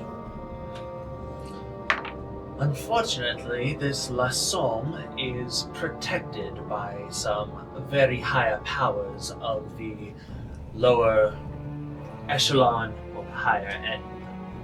The lower higher. The lower higher echelon of the She's nine sitting there trying hells. to figure it out with her hand. Hands become disconjointed, like making 8 levels. If this La Somme was still mortal, I should be able to curse them, no problem. But because they are a little bit out of my reach, instead, if you could bring something of mine to them, well, that should do. Well, then that should work. But unfortunately, I'm unable to do a long-range curse upon this individual. Perhaps I could give you another item so we can swap. And if the challenge was met and I could give that to him, you could do the curse for me. I'm sure you could tell when the item would be brought to them. I can, but instead of an item, how about a job instead? Conducted at your leisure, of course. And I believe that there is someone who also wishes for this help. What do you say? Who is this other person you speak of? Speak plainly. Why, your betrothed, of course. My little Veshi is ready for another wedding. I can't wait. Unfortunately, she is held back by her other godmothers.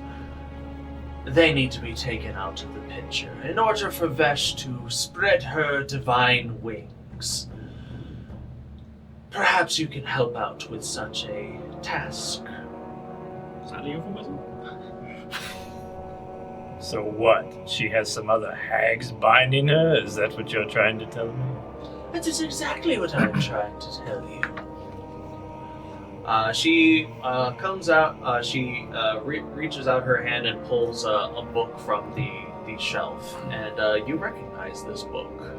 It is Red Soaked Love, the story, presumably, of how Vesh was first made carnate. First edition copy. Yeah, I think I have one of the later versions still somewhere in my inventory. And I have the reprint. This, I believe you have perused this tale at some point. Seems very familiar, but I have short-term memory loss for bad habits. The tale recounts the events of a young lady who wishes to be loved by all, but yet was loved by none.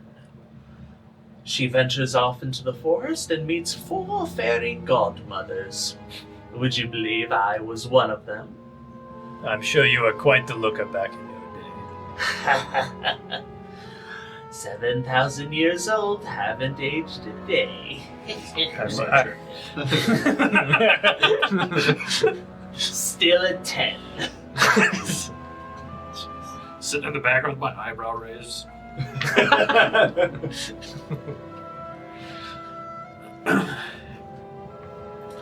Me and my coven of sisters took her heart, tore it into 4 pieces, and filled that girl with all the love and magic we could muster, turning her into our personal idol, our soul catcher. People would give their loves and devote their souls to Vesh, and then once they are drained of everything that they have, we would collect what was left over. I would get the blood and bones and sinew, and we each, all of us in our coven, would receive a portion of their souls for Vesh's hard work. But the rest of the coven got jealous, and they thought that they could cut me out of their coven. I want paternal rights of my godchild back. So I want you to go slay the rest of my sisters. In exchange, I shall be able to curse whomever you want. You were telling me it wasn't possible unless I planted an item on this person.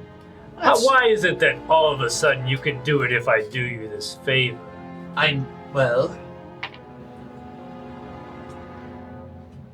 Right now, Vesh is a... Never do anything for free. Come on, man. Yeah, of course, never do anything for free. But... Not that I'm taking her side of this one. Come on, you know better. Vesh is a conduit of power. Lots of power. More power than even I can control at a time. But unfortunately, that power is controlled by her other godmothers. If I had more control over Vesh's power outlet, I could do more with my magic, such as cursing those who are too currently protected for my power level.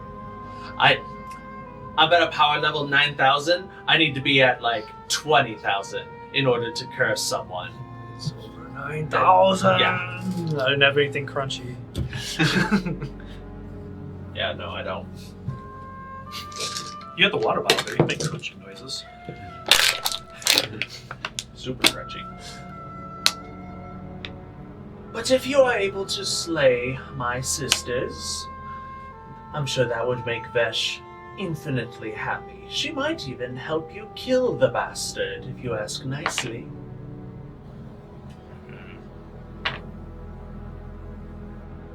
Well, let's just say I'll think about it. I'm a very busy man. Have to kill this person, kill that person, go do favors for the gods. I'm very busy. Forgot the dragon. Perhaps this will assist. Perhaps this will help out. Do you still carry a trinket of Vesh's on your person? I'll show her the, she gave me the charm. It's, what is this called? Vesh's something. Vesh's charm. You hand out, you pull out the charm of Vesh, and the hag, Red Ruth, picks up a little bit of entrails and blood, opens the locket and just sort of flicks a little bit of gore on the inside. And you watch as the charm sort of transform a little bit.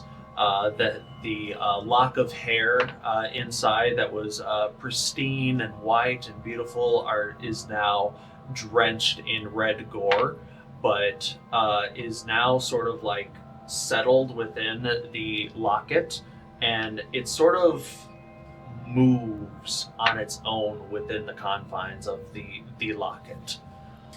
Whenever you get back to Arkala, that locket will be pointed in the direction of one of my sisters.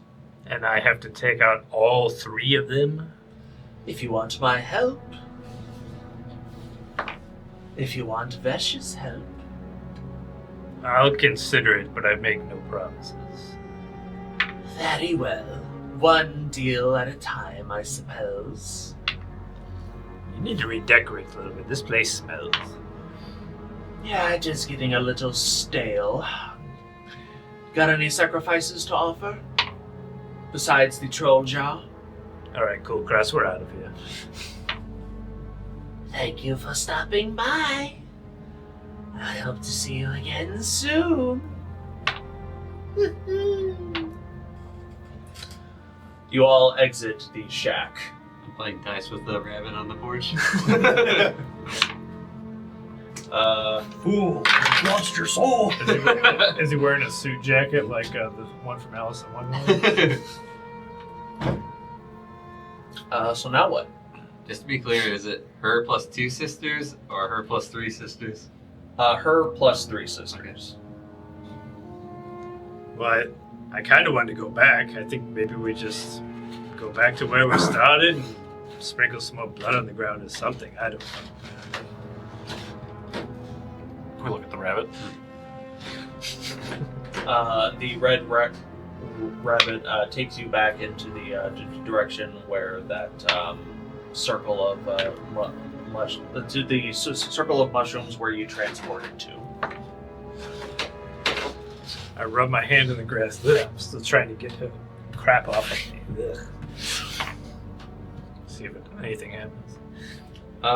Seems that these mushrooms require fresh blood. You've got to be kidding me. Fine. I'll just take my other hand and do the same thing. Alright.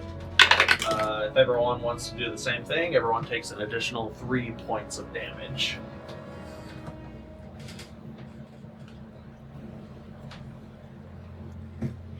But afterwards, you are all re-shunted back into Arcane reality. And that is where we are going to take a quick break. So, enjoy these announcements. Once again, don't forget to check out our Patreon over at patreon.com/undergroundinitiative. For every 10 pit patrons, I will wear a fun wig. For 20 pit patrons, we will hold a random drawing to see who among our pit patrons can win a copy of Volume 1, Written in Blood. And then when we get 30 pit patrons, we'll do a puppet episode. So go ahead and check it out. And if you want to read Red Soaked Blood, I believe you can do that over at undergroundinitiative.com. That's undergroundinitiative.com. See you in a bit. And you wrote a whole book? We interrupt your regularly scheduled broadcast program to bring you these interdimensional announcements from the Underground Initiative. We would like to offer our thanks to the people and organizations that help make the Underground Initiative what it is today. Some of the music you're hearing in the background comes courtesy of Midnight Syndicate. These horror music pioneers can be found on Spotify, iTunes, Ask Alexa for Midnight Syndicate, or at their website at midnightsyndicate.com. A big thank you to the one, the only, Kevin MacLeod. Check out the amazing works of Kevin MacLeod, a full-time composer who has published over 2,000 works of musical genius, most of which he's made available for others to use using the Creative Commons by Attribution 3.0 license. His work can be viewed on YouTube and incomptech.com. Thank you, Irutan, for letting us use your music. This amazing savant of Celtic and medieval melodies can be found on YouTube and irutanmusic.com. We would also like to thank Blizzard Entertainment, CD Projekt Red, and Bethesda for having such iconic and impactful music, as well as allowing for fans to utilize said content in productions like these. Please keep in mind that this is all fan-generated content and is not sponsored or endorsed by Blizzard Entertainment, CD Projekt Red, or Bethesda. We just really enjoy their content. A big shout out to Derek and Brandon Feitcher. Their amazing compositions can be found on YouTube under Fantasy and World Music by the Feitchers, as well as iTunes, Bandcamp, Amazon, and Spotify. Go check them out. Stringstorm does music, voice acting, sound effects, and more. There's a lot of creative symphonic metal music on their YouTube channel, and most, if not all, of their songs can be purchased at store.stringstorm.info. Various artists and animators were vital in bringing the Underground Initiative to life. We would like to thank Edvartico, who can be found at twitter.com/Edvartico. Sunzaki Kojika. Check out her artwork and content at twitch.tv/Sunzaki Kojika, and CJ Emmanuel II. Thank you very much, and enjoy the show. And we're back. I wonder what happens if I just killed all the hags. We've already killed 3. Wait, what? Oh It's no, like- betrayed! My weakness! It's like, yes, I will do this thing if you kill my sisters. They're already dead. Oh, well, I guess I have to do it. The plot demands. What do you mean? We've already choked out 1 hag this downtime. Alright, so, for the exchange of one troll in a jar, Vaxxus has learned the mortal name of Brother Malmos. He's French. Masson. And in exchange for killing several, the other 3 of her sisters, she can possibly do more against this individual. But if you want, she could also create some sort of cursed object that can be used against him on a 1-to-1 sense. So if you want to go back and renegotiate something like along those lines, you're more than welcome to do so. You did a Voldemort, and you just rearranged the letters. I see this here. Hey! You're not slick. Hey, you caught on. I'm glad. For which one? Lassam is Well, let's explore that in game, shall we? Vaxxus, upon exiting the bloodied version, the haunted Feywild version of the Geistwood Forest, where this hag, Red Ruth, makes her home. A sobering realization flashes across your mind. The scene is yours. What a weird day. He almost sounds like someone that would be part of the Grey Path, if I'm not mistaken. I wonder if Otto might know more about this person. Did any of you see him in town while he was still around? I didn't see him. I don't know if we want to do a deal per year just to get that information. Yeah, it does seem kind of like a crappy trade when you put it that way.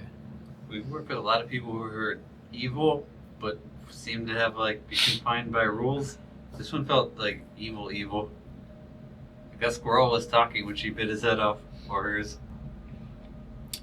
That was pretty disturbing. I'm not going to lie. It's getting kind of iffy, but she also tasked us with killing 3 other evils. Well, him, but... Well, let's put it this way, Orlin. I don't have to go through with it, all right? I'm just using them to get what I want. I'm not judging. I'm just saying. We're towing a line. As long as it doesn't bring us disadvantage. Yeah. Or... We keep towing a line, and I don't know where the line is anymore. Well, Orlin, she's definitely not my favorite person, and if it makes you feel any better, I don't intend on going back to that shack. I thought you were going to choke her out like you did the other one. I'm not that bored anymore, Kulkras. We've got bigger fish to fry. Yeah. Eventually, I will say, Vaxxus, as you put away the charm of Vesh, you notice that the red-soaked hair that is inside of the locket is currently pulling in a southwestern direction. I just kind of mumble to myself. I don't know if they will hear me. I just say, "Don't tell me it's Judy. There's no way. I hear everything." Could be with X-Jaw. Yeah, X-Jaw is one of the hags. Right? How convenient. X-Jaw Green. I mean, it could be convenient. As convenient as, I'm sorry, I can't curse this person. The plot won't allow it.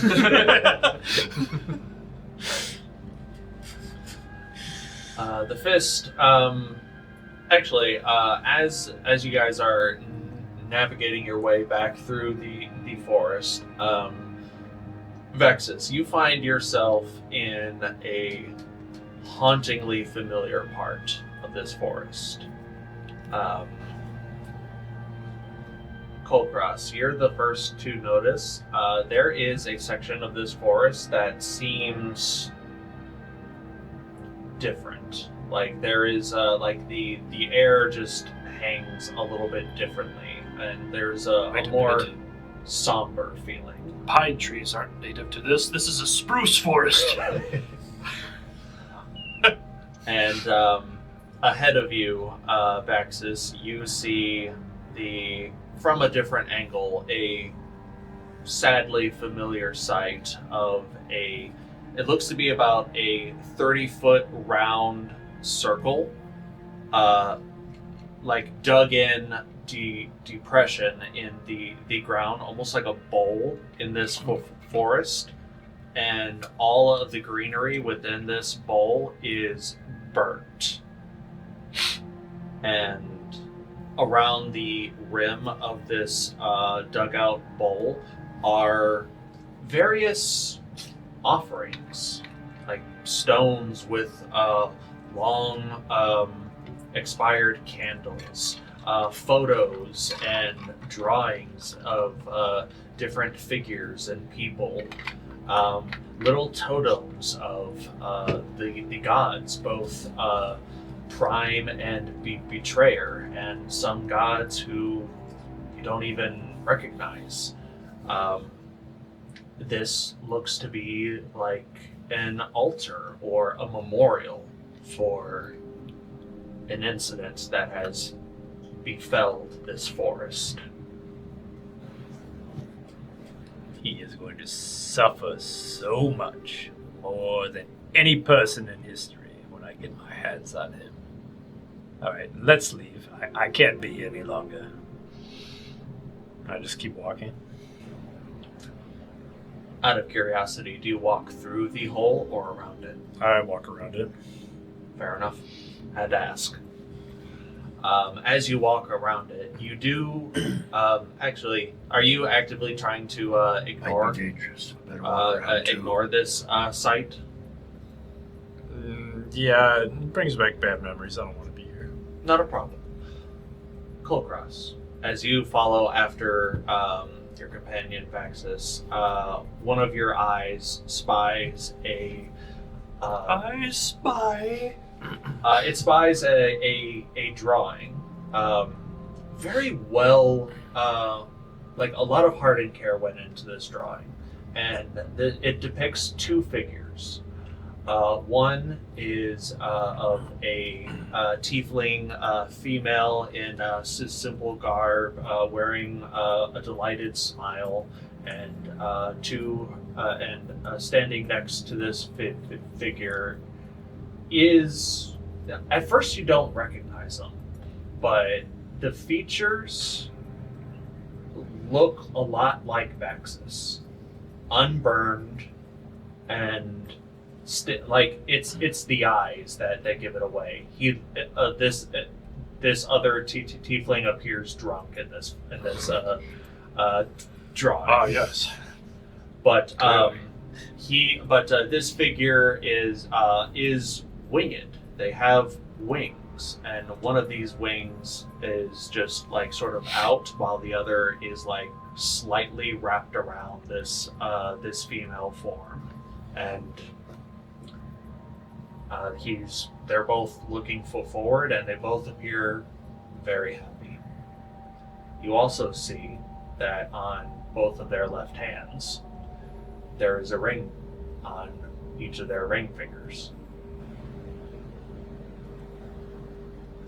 You notice that. Back at Devil's Reach. So just so he doesn't sneak up on us, I think we're gonna have to fight 3 worms in a trench coat. Do it. Because they own the robe. It's a little confusing in Dreamland. Thought you owned the robe. I thought I did too, but they're like, well, if you're not going to accept our gifts over your god's gifts, then we might have to send somebody to collect. How big of a worm are we talking, Kulkras? Were they taller than me? I would surprisingly, they were just at eye height, so they were exactly as tall as you. About as tall as me. Oh, you could take them easily by yourself, Kulkras. Well, I don't know. They're not coming. They're going to send somebody. I'm just saying. We fought a mummy for that robe. It's ours by right. I mean, I thought peed on a mummy for that robe. maybe that's why I cursed us. Yes, I blame all your misfortunes on you. Pissing on the And mummy. probably me a little bit, but mostly you. But just so we're aware, if he's like, I need sight, and we're like, what? You're saying worm with an O or worm with a Y? Those are two very different things. No, worm with an O. Okay. I don't know. I don't know why. That sounds like no problem then. They're so squishy, Kulkras. Why are you so afraid of a worm? I'm not afraid. I'm just saying that just in case. I don't want it to be a surprise. Like, why didn't you tell us? Like, I forgot. Yeah, that's my thing, Kulkras. Don't take my thing. Hold on, I gotta write down my notes. I gotta write down my notes that apparently you were married. That's fair.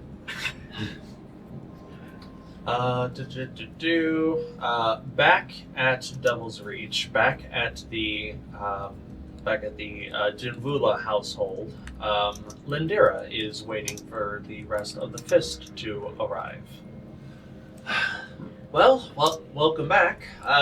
Is Saoirse still alive back there? Saoirse is doing fine. She went with us. He was with you the whole time. Holy crap! She even changed when we were in the Feywild. I did not notice that. You have no idea how hard this wabbit wine hits. It's very good stuff. I do know how good it hits, actually. Well, no, you drank it, but influenced me with it. That's how strong it is. Yeah. I got secondhand. It's so strong, someone else gets it. Bruh. Whoa. See, it's quite amazing, isn't it, Orlin? Mhm. Sorry, Saoirse. I don't know how I could miss you. Next to Shiima, you're the biggest member of the Fist. She curses you in Abyssal. That is You so. kiss your mother with that mouth? That is so creepy. She can talk. It does. Saoirse does have, like, because of the Manticore armor, she has like a vaguely humanoid face that with like crazy rows of like shark teeth. It's fucked up. What's the best is none of us can understand what she said. Yep. Look, if we ever do a time skip, I'm learning at least Draconic Abyssal. Because I don't know who it'd be, but I feel like the face should look like whoever was the last person she killed. Bro, That's amusing. I like that. You really want some nightmare fuel walking around with us all the time. If you want nightmare fuel, we can do nightmare fuel. wouldn't that be Barkface? Yes, Yeah, it would be Barkface. It's a bit just a manticore body with like a tree face. It looks like Plank from Ed, Edd n Eddy. It's just a drawing on a piece of wood. Instead of like turning into an O for speaking, it just moves up and down. Lindira goes, okay, so I picked up some materials from Nictar, and My mask? no, I think those are still being worked on. But I procured these, and she lays out a handful of these pieces of paper. They each say admission 1 for Dire Flamingo concert. They're playing in Vents, like soon, and I got you guys some tickets. How did you get these? How did Nictar get these? I would assume he nicked them. But how did you get them from Nictar? I paid for them.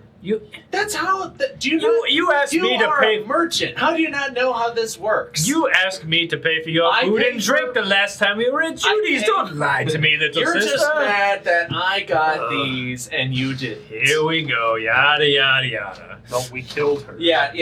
I can't take care of a pet, but I can't also get a bunch of tickets for like the best tiefling band in all of Arcala. Didn't you know the main singer back in grade school or something? I mean, we spoke every now and again. Had I known that she was going to turn out this way, I would have put forth a bigger effort to make friends with her. So, what sounds like to me, fellas, is she has counterfeit tickets. So we could try to use them. It might work. Hey, when has Nictor ever let us down? He doesn't deal in counterfeits.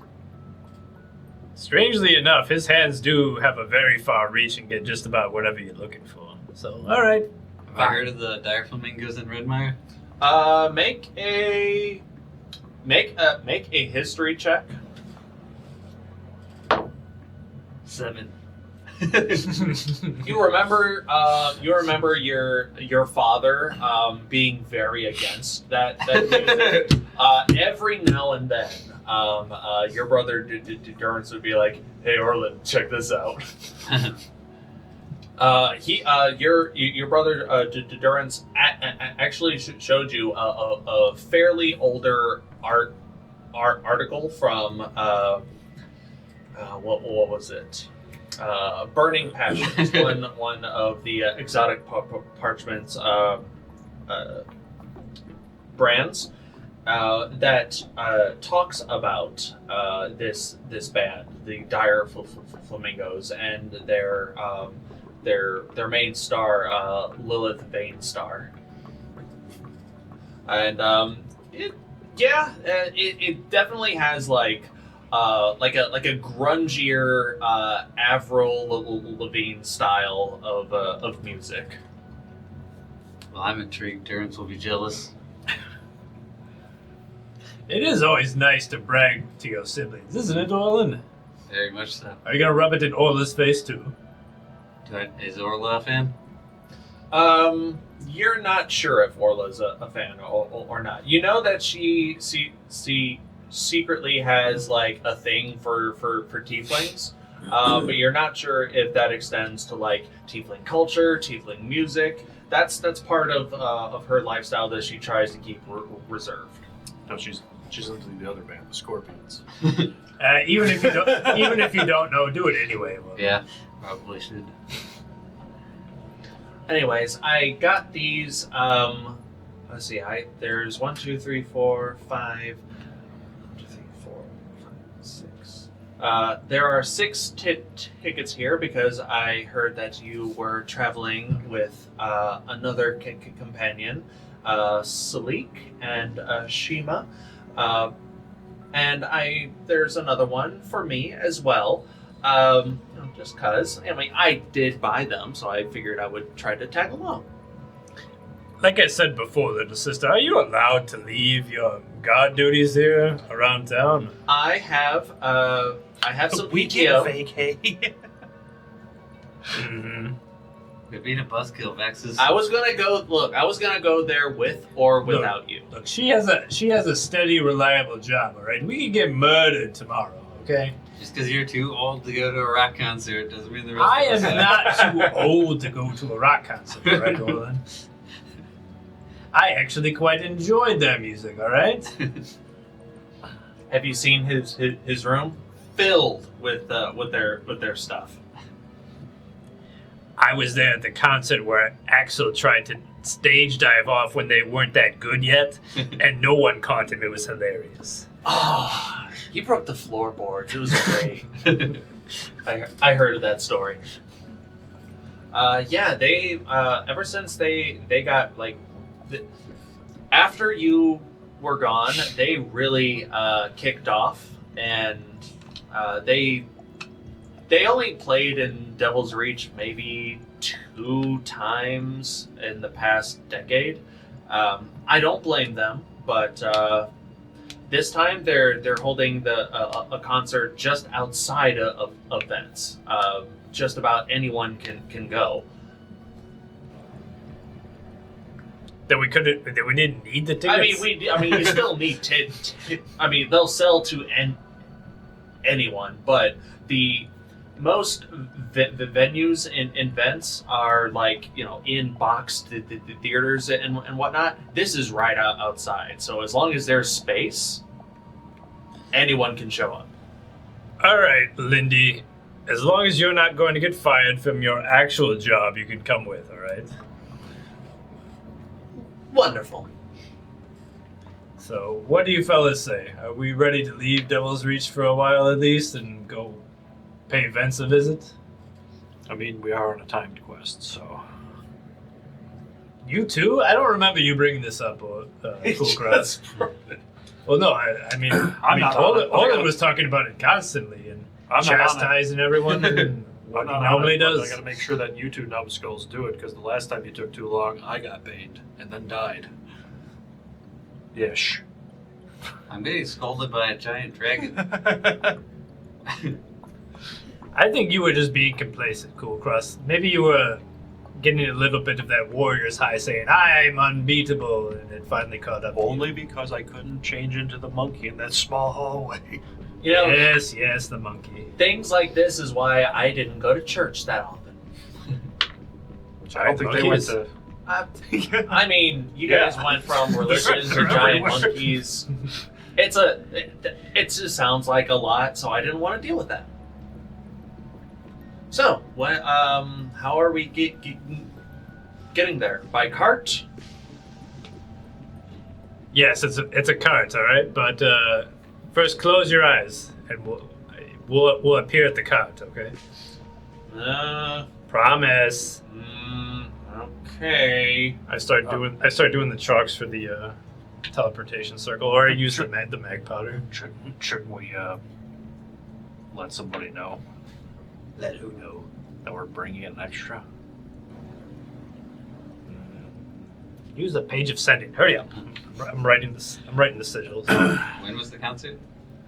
Oh, the concert is on the 13th, the day of Raven's ascent. Vaxxus, as she says that. Eyes closed. As you're drawing, you stop for like half a second as you remember. You have a page of sending. Send something to him. I can't think of anything. Aelin? Yeah. Shh, not in front of the commoner. The third. Dang. Wow. Vicious. He's like, keep it secret. Lindera says the 13th day, the day of Raven's ascent. Vaxxus, you get like just a shell shock remembrance. That is the same day as the night of Ascension, 15 years ago.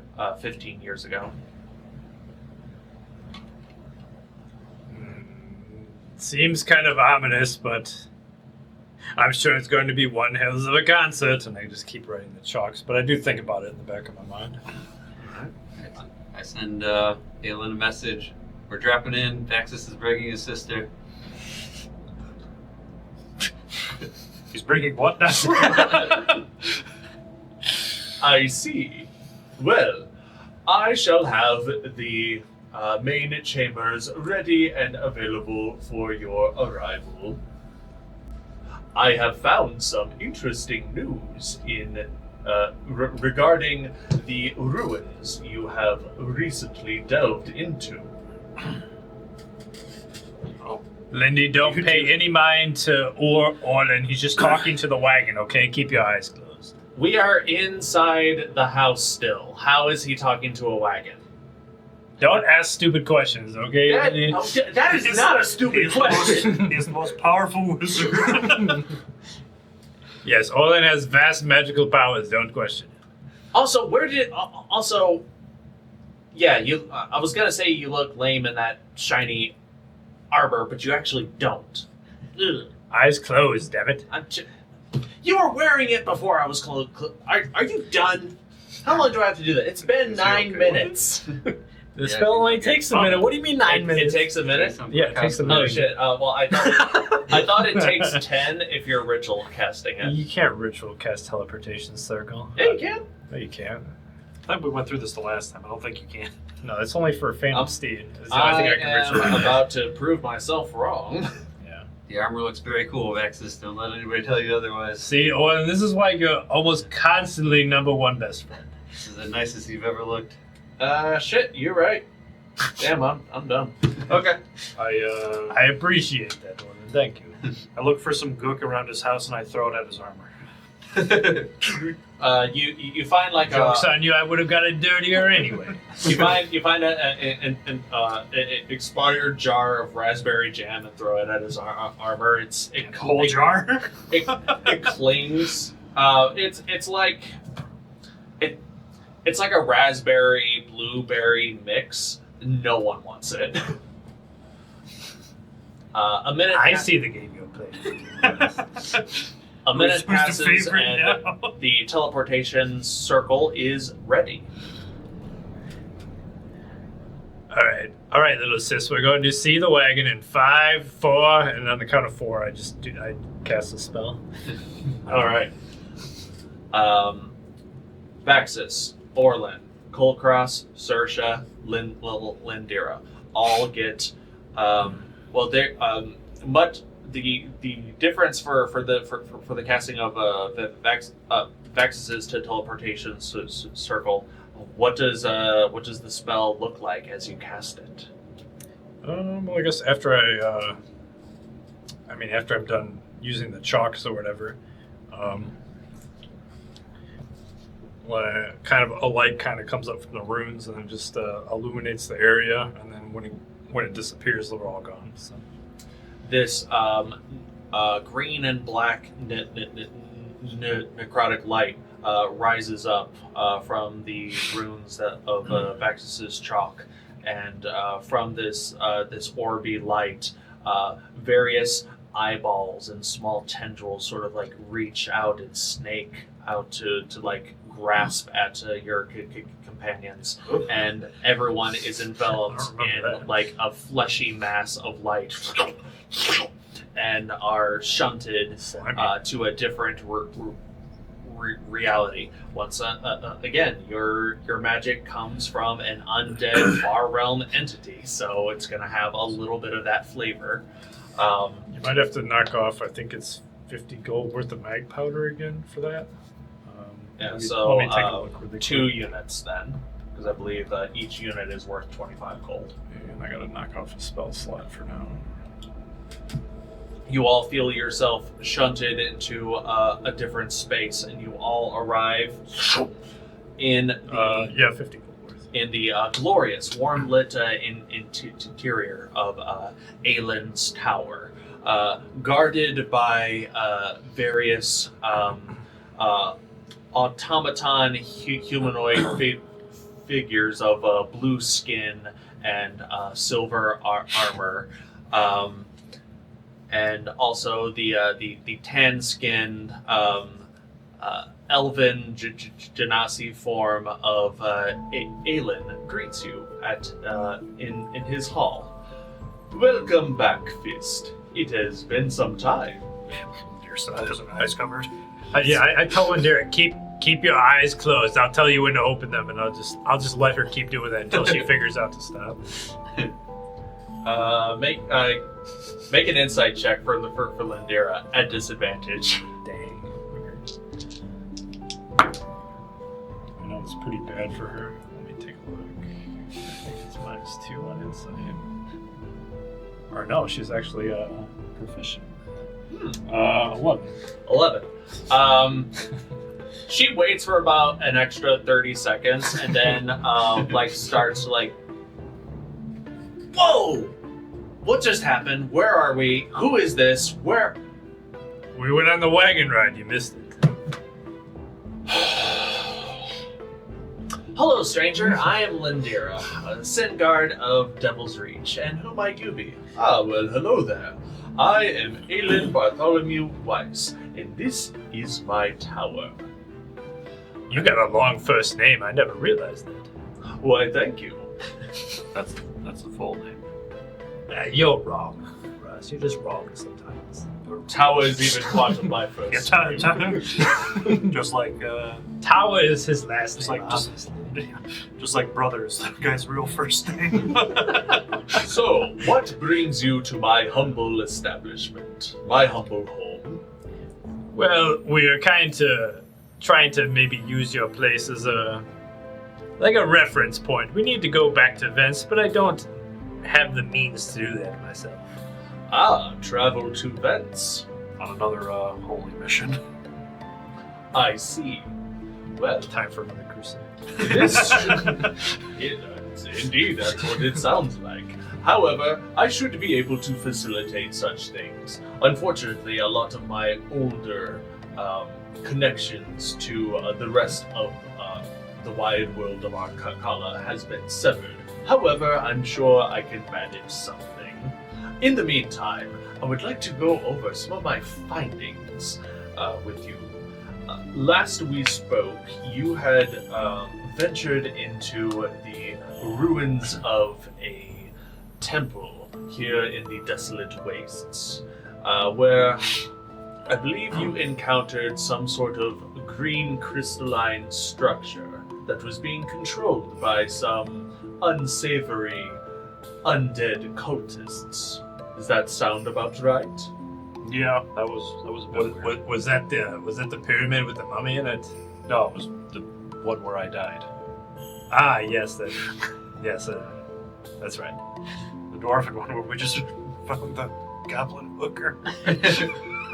They were into some very weird stuff, even for my standards. Quite amusing. Anyway, I went ahead and revisited that temple since you were so kind enough to clear it out of most of the hazards. Thank you again for that. It was most appreciated. I went ahead and investigated some of the notes and the structures, and I even went ahead and attempted to question some of the dead that still reside there. And my findings were most unsettling. It seems that these cultists were experimenting with some form of soul-siphoning magics, specifically in the realm of worship. I don't understand the entire ins and outs, but it seems that this cult were preying on the worshippers of Moradin, a dwarven deity, and siphoning their faith and their souls into a crystal as a form of extra power. Their souls, unwilling to move on, remained at said temple until you released them by destroying said crystal. Good job on that. But it is most disturbing how one's faith can be ensnared in such a way. I hope that such a practice is not still being underwent even to this day. As terrifying and as creepy as I may look, I am not into that sort of thing. Then you should have no problem. So, Vence, was it? Let me see what I can do. And he slams his staff against the ground, and you are all teleported to the basement level of his tower. Now, very, very cleaned up, though the ruined structure, makeshift portal to another world is still there. It is no longer sparking, but it is very much still dilapidated and broken down. It's like a bathroom that's got a sign on it that says out of order. Kinda, yeah. Swaying back and forth slowly. Lindira writes herself, "Whoa! You guys know some weird people, alright?" Don't be jealous. I would say this is the positive side of the adventuring world.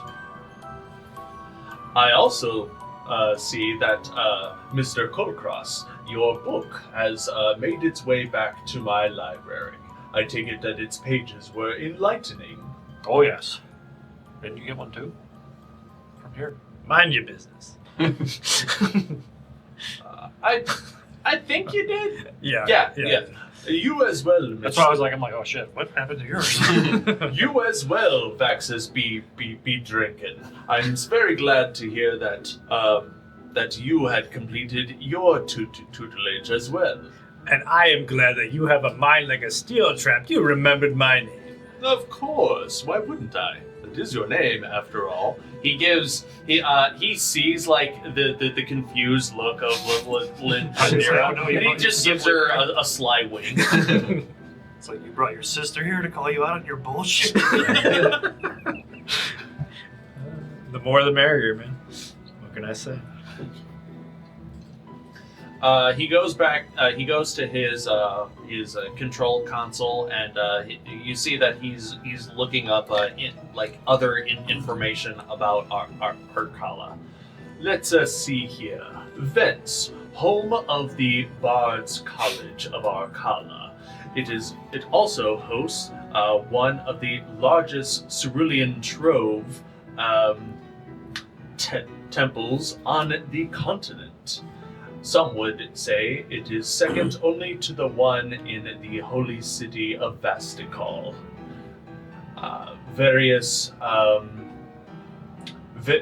There are various avenues of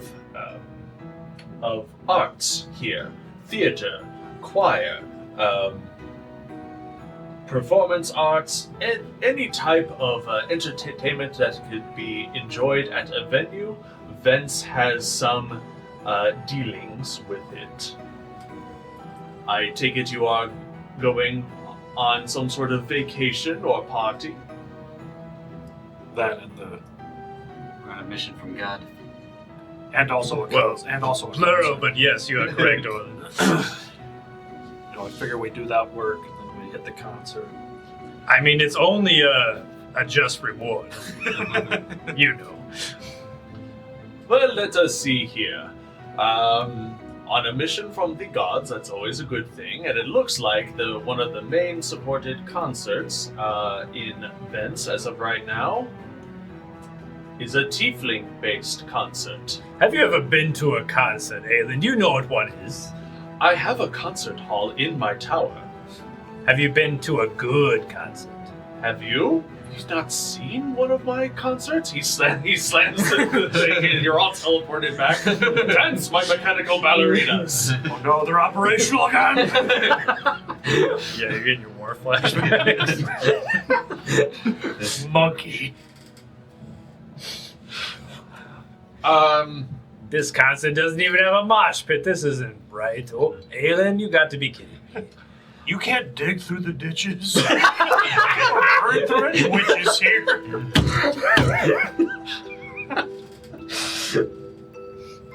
That was a good guy. Perhaps one day I shall make my way out to Vents and partake in what constitutes as theater entertainment these days.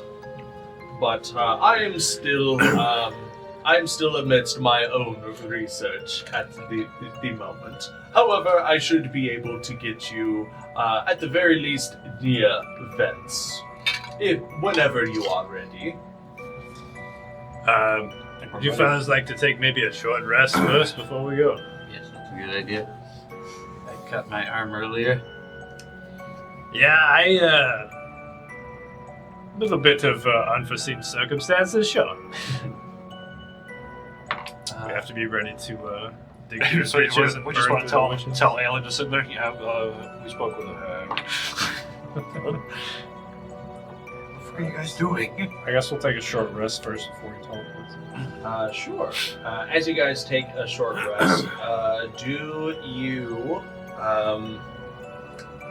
is there anything that you would like to inquire Aelin about, or is there anything that you would wish to discuss amongst yourselves? I'd like to talk with Aelin in private. Of course. Slams the staff down to teleport you to a different section of the tower. What would you like to discuss, Count Orlin Trinette? Not quite what we discussed before, but continuing our conversation, I reach into my backpack and pull out the bottle, a bottle, and a bottle.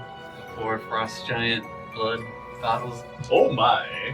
That is a lot of frost giant blood. Yes. There is an infernal tinge to it. Did you make a deal for this blood? Be honest. Deal in the sense that I bartered like normal goods for it. Uh-huh. You say that, that same decrepit looking doll just appears on a nearby table, and it's already speaking. And a deal was struck. And then it sort of like belches blood out of its mouth, and then it disappears. Yes, a normal business transaction. It I'm was sure. the devil, but it was like. Oh, so it was with the devil. It was with the devil, but there was no like souls or blood or anything. It was like goods for goods. No blood involved. It was just the blood I was buying. There's the ones that I was buying. The blood was not mine or the devil's. So what would you like this? What would you like to do with this blood? I want to swap out my devil blood for this blood. So this wasn't your blood, but you want to make it your blood. Now you're getting it, see? Why you gotta make it weird? Isn't he the one that told you to go get angel blood? You're kind of on point with some of these jokes. That guy, my comment. Now I can attempt to infuse this blood. I can attempt to incorporate this blood into your being. Yes. There is normally whenever you mix giant blood with humanoid blood, the resulting result is something on the spectrum of tall folk, ranging from Verbolg to Goliath. At least that's how it was back in my day. Nowadays, Back in my day. I could attempt to incorporate this blood into your own. I have no idea what the side effects are going to be. I don't know how much of you is going to be changed. But if this is something that you wish to explore, well, I do have a pod available, and we can attempt this. The process will take about an hour. Right now, I've been around quite a few tieflings over this last 6 months or so. I feel like I'm mostly human with a little bit of the devil blood influence, and that was mostly what I was kind of hoping for, only with mostly human with a little bit of giant influence. Well, like I said, if this is something you wish to explore now, we can explore this now. Or, if you'd like to give me some time, I can run some tests and experiments, and once I know for sure what the outcome is going to be, well, we can go from there. What would you like to do? Just do it. Find out what happens. All right. He slams down the staff. He brings you to his underground workshop just underneath where the last one was, and you find yourself in a familiar chamber with rows of these sort of golden to silver egg-like pods. All right, well, let's have some fun. Is it? A little nervous, but mostly excited. Let's do this. Alien's Science. been studying. I'm waiting for a Frankenstein scenario where you lift up on this table and lightning bolts start coming down. Is Alien still out of touch enough to just be like, well, let's, as the kids say it, shoot it. You mean give it a shot? That's what I said. Clearly. That would be great. He doesn't know any current slang. Let's shoot it.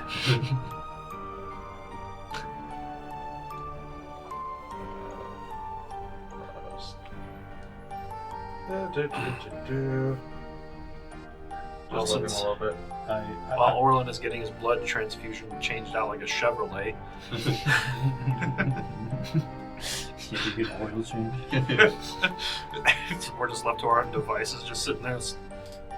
So it kind of goes without saying, Lindare, that you're not allowed to mention this part of it. I mean, I don't know how I would even talk about this. So, Alien will probably make a deal with you that you're not allowed to tell anyone about this place. No big deal. All right, we don't care. It's pretty awesome. Don't need to go bragging about it. At that moment, one of Aelin's clones appears right behind Lindera. I would care very much if you told people about this place. Jeez! By the nine! You guys are so weird. And that's the spot where I slid down the stairs with a sled. Back to Frankenstein's lab. Okay, Orlin, remind me, are you seeking to incorporate this, just to incorporate this blood into your own being, or are you looking to replace the tiefling aspect of your being with that of a giant? Replace the tiefling aspect with the frost giant. Okay, let's go! I have no idea what this is gonna give. Alright, just strip down and enter that pod, please. Halfway there. At that point, the tops of Lindera's ears are getting warm, and she's like, anyone else feel that? like something great is happening, and you're just not there to witness it? Why do you call me the weird one? What, I wonder why. Don't be modest, but whatever. I just recently watched Men in Black 2, and all I can think of at this point in time is just aliens. Have you removed all your jewelry? Are you allergic to shellfish? Jeez. Yes, well, good. Here we go. Well, too bad. We've already started. Alright, Orlin, you are situated inside of this egg-like structure. Aelin is pouring in all of the vials of Frost Giant's blood that you have brought in. All right, well, breathe at your leisure. You are going to feel a slight pinch in the everything. Don't worry about that. That's normal. Alright, transmogrification beginning in 3, 2, 1, and then he casts Disintegrate on you, completely atomizing Orlin in this egg. Counterspell? He just turns around, and now for the rest of them. Oh, gosh. Well, we had a good run. I didn't think we'd get this far, honestly. I thought we'd have died like 30 sessions. They know too much. Okay, cool. Oh my god. I keep bringing interlopers to my place. So, Orlin, your state of consciousness still exists. You just don't.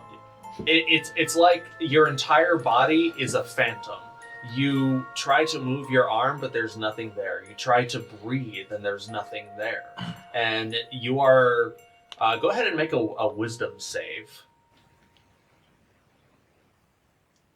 It's like the D6. Mine is the D6. Oh, gosh.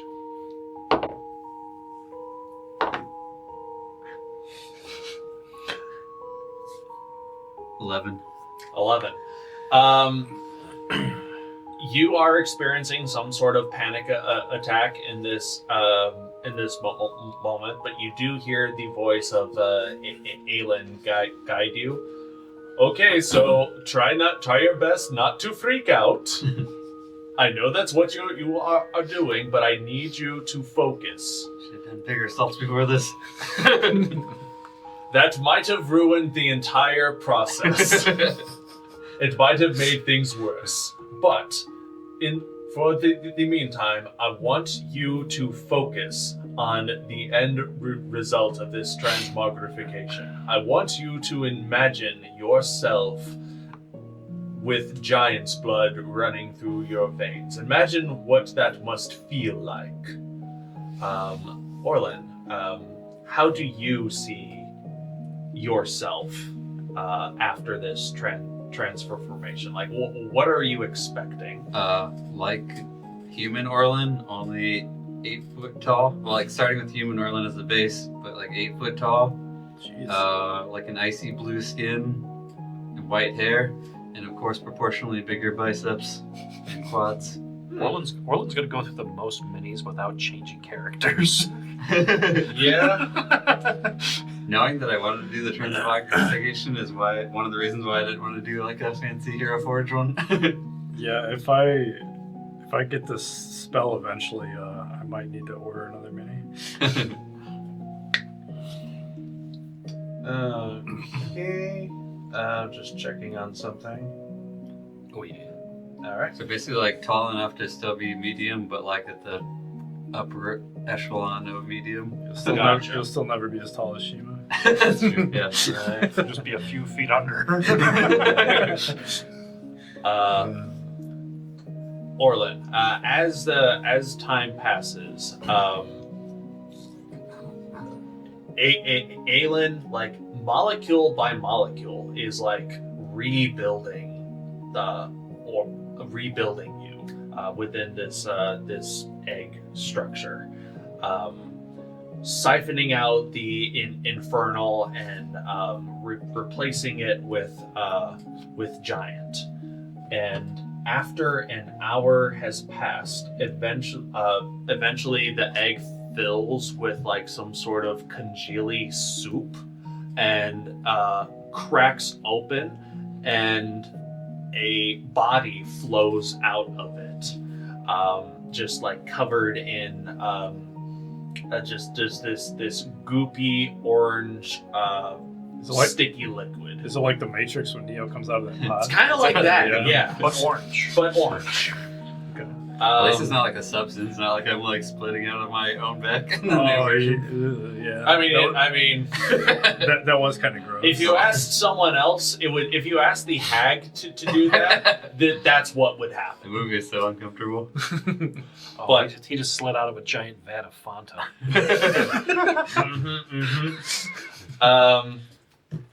Orlin, you just sort of like wipe the goo from your face, and you just hear Aelin say, "Well, I think this was a wonderful success," and you feel like you should be cold. Like this is a metal room deep underground. And this room is not cold to the touch, at least not to you. And as your vision becomes unclouded, you see that your skin does indeed have a blue tinge, and your hand is like a size and a half bigger than it used to be. You look for your horns, but you discover they are no longer there. And what little hair you do have, you see that it indeed has turned into like a glacial white. You look at within a mirror, and indeed you see a much taller version of Orlin, with biceps to match. Just Gonna hit your head on every single door frame. just at I would say 8 feet tall, still considered a medium-sized creature. However, I will give you like a handful of a Goliath's stats, and we can go back and forth on what those is, but on what those would be. I would include possible strength increase.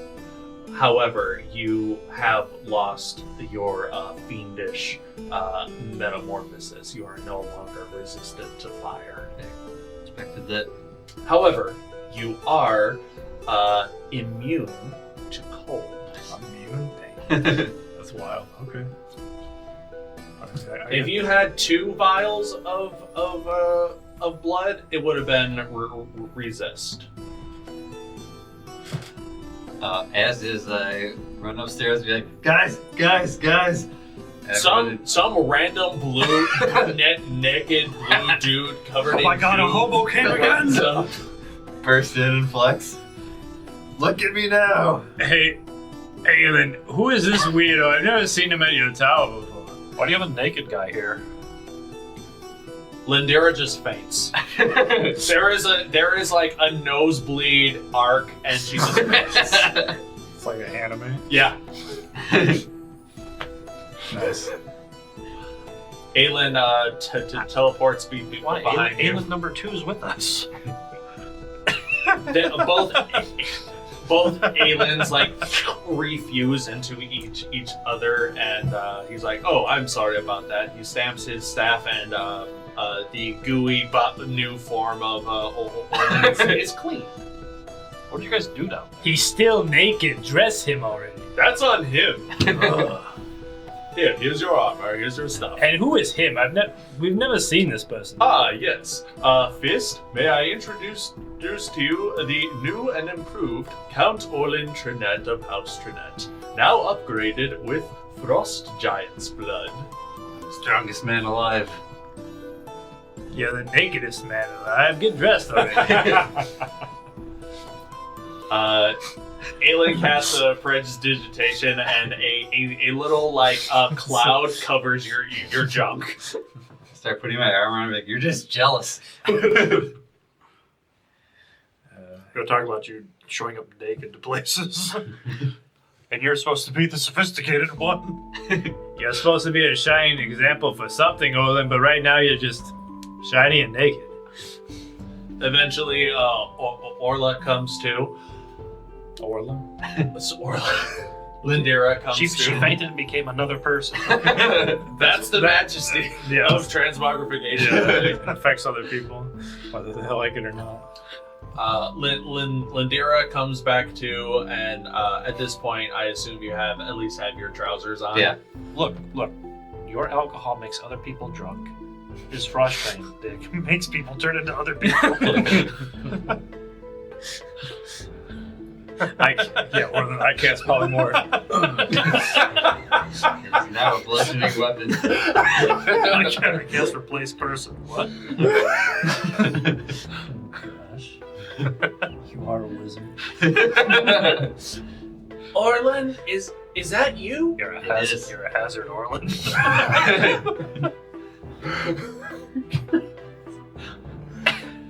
What? I need an explanation. I feel like an explanation is required. What happened? For the first time in my life, I made a decision my father can't co-op for his own gains. Okay.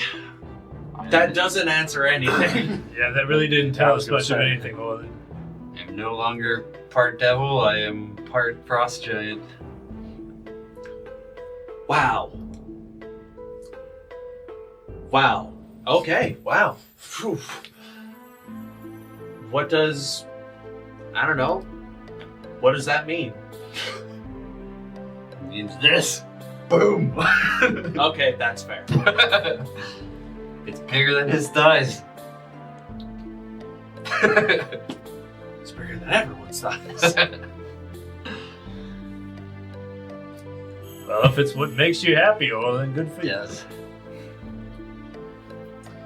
Well, I think he's gotten fatter.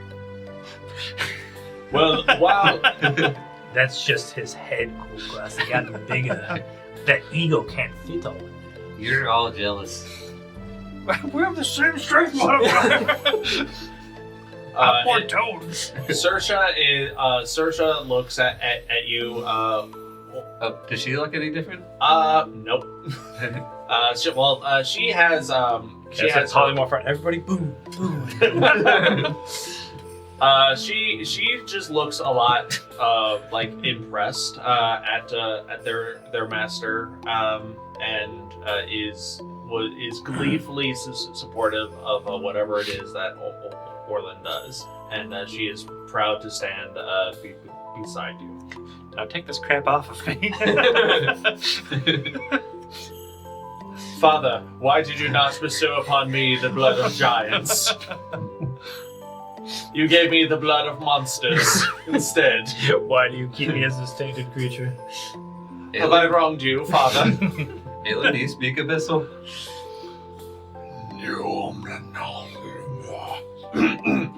Yes, why do you ask? Can you ask her if she would prefer to go back to her normal form? Okay. I guess she could understand me anyway, but I wouldn't be able to understand. There's just a little bit of this back and forth.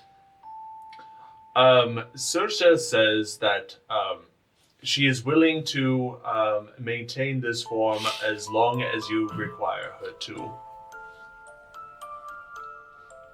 Translation. I scratch your Translation. Get this shit off. However, because of the transmogrification process, that did not eliminate the infernal bits of you. They still exist, and well, he pulls out Aelin pulls out a small cage with an imp inside of it, and its face looks just like Orlin's. Hey, hi, how's it going? Somebody kill it! He has he has like this imp is not ripped is not like muscly tone, but it is like thinly toned. Like it has like a 6-pack but no muscle mass. It's just like I get out my hammer. This thing is terrifying. This creature belongs to you, and he hands the cage over to you. You now have an imp familiar that will obey your commands. I'm gonna have to write a whole bunch of shit for your. Can I roll a Constitution check not to vomit right now? Absolutely. Actually, this would be a saving throw, so go ahead and subtract a d6 from that. Okay, that's fair. Not too bad. I got a natural 20 minus 6, so that would be that'd be 18. Unfortunately, you hold it back. Oh, and that thing is friggin' hideous. It is a little disturbing, I'll admit. Hey, don't be like that, Daddy-O. I'm you. This day's just getting weirder and weirder, By the way, what's my name? even for us. Hey, then does he have to keep this creepy thing? I mean, he doesn't have to, but it does belong to him. So whatever Count Orlin wants to do with it is up to Count Orlin. Name it Hick Tip. You should know what that is. Nope. So, what's my name, pretty boy? I remember. Oh, maybe it was you. about Maybe that it was you who for ran the next 24 hours. Yeah.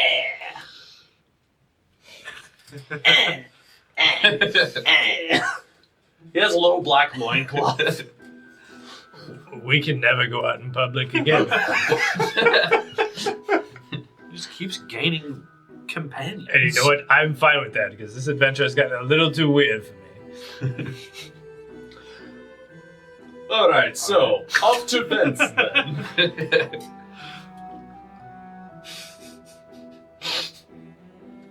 Okay, off to beds then. You watch as I don't know if you can mention any of this at this point.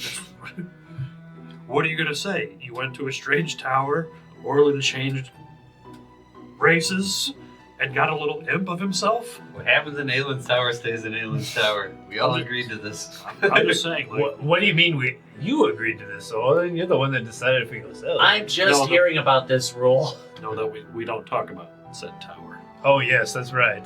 You have to make the same deal, and sister, or I don't think he'll let you leave. I don't think anyone's gonna believe me, but fine. I promise not to say anything weird about this tower. Alien, don't you have to do some of that mind mumbo jumbo or something on here, too? Why? Do I need to? Maybe not. I don't think I was so. going to say she doesn't come in contact with any mind readers like we do.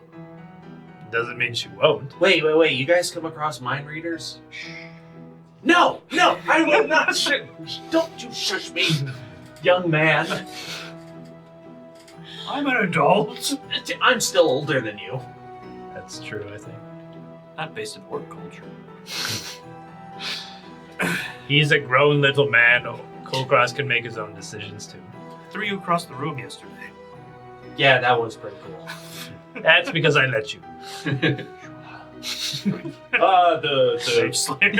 future of Arcala is bright. Have fun in Vents, you guys. And he slams his terrifying. He slams his staff down and shunts you guys elsewhere.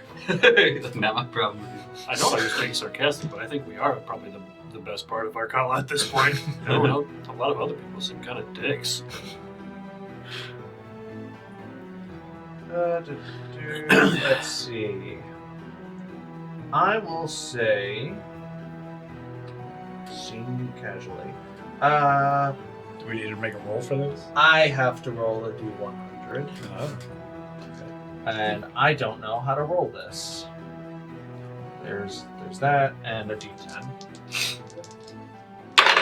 The one with two Okay, numbers, so how is this read? the one with 2 numbers is the 10 spot. Okay, 97.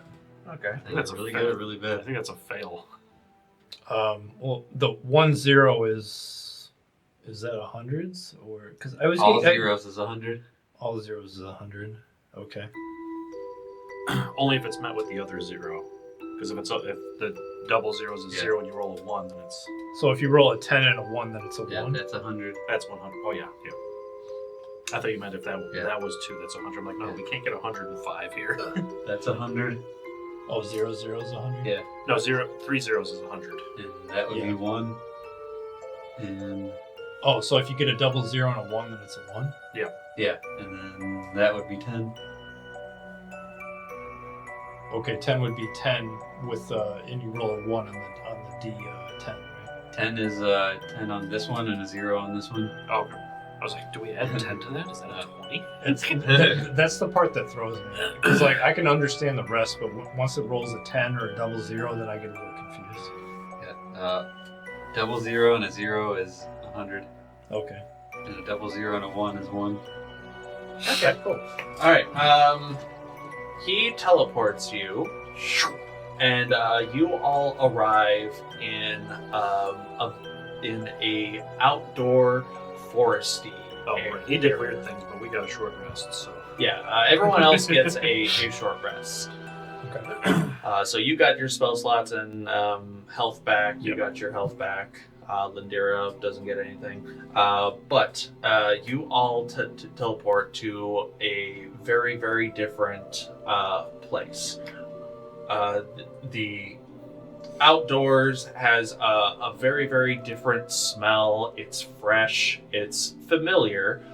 You are back on the front 9 of Arcala. We're nowhere near ours, so where are we? Somewhere in that area. Yeah, Vance is way over here next to Redmire. Like, On the far east. we overshot it, didn't we? If anyone would like to make a perception check, they're free to do so. My favorite. Is this visual? It is visual. Me and Lindera will both make one. Okay. Oh, because it's a skill, I get the D4? Yes. 12 for me. Okay. Saoirse can give you advantage if you'd like. Oh, your imp friend could also give you advantage if you'd like. There's no super advantage. Disgusting. Alright. Vaxxus got a 7, Lindera got a 11. Okay. And what did Kulkras get? 27. Okay. Jeez. So most of you spawn, you all spawn within a forest, and you do see a nearby trail, or at least Kulkras does. The trail seems to be leading north, and you follow the line of the trail. You just like step out of the forest onto the trail itself, and you see, I would say, less than a 5 or 6 hour walk is this large circular city with various fields, like farming fields surrounding it, and to the left of this city, built just outside of it, is something. It's hard to tell. It looks like a staging area of some kind, but you would have to get a lot closer. However, that's what you see to the north of you on the path. To the south of you, behind you, or like coming up towards you, is a very unusual sight. You see barreling towards your direction, kind of like floating on the ground, is a small, it's hard to register.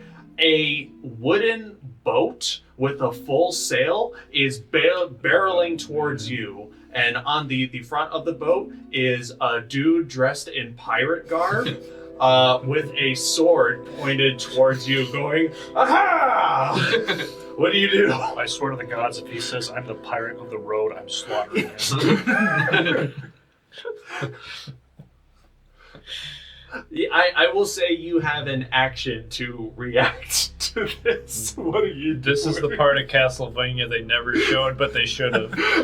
But they should have. Are we all in the middle of the road, in the middle of this? I will say, since you were the one who rolled so high, you were the only one that found the road to step off it and see what's Okay, so happening. they're still a little bit back. Yeah, I would say they're like 15, 20 feet away from you. That joke still holds water from the shore. I'm not gonna lie, it's fun. Idiot. He put wheels on his boat. Called himself the Pirate of the Roads.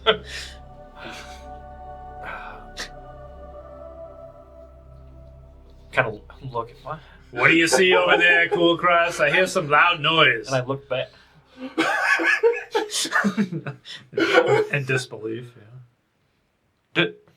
Did they travel by boat on the road?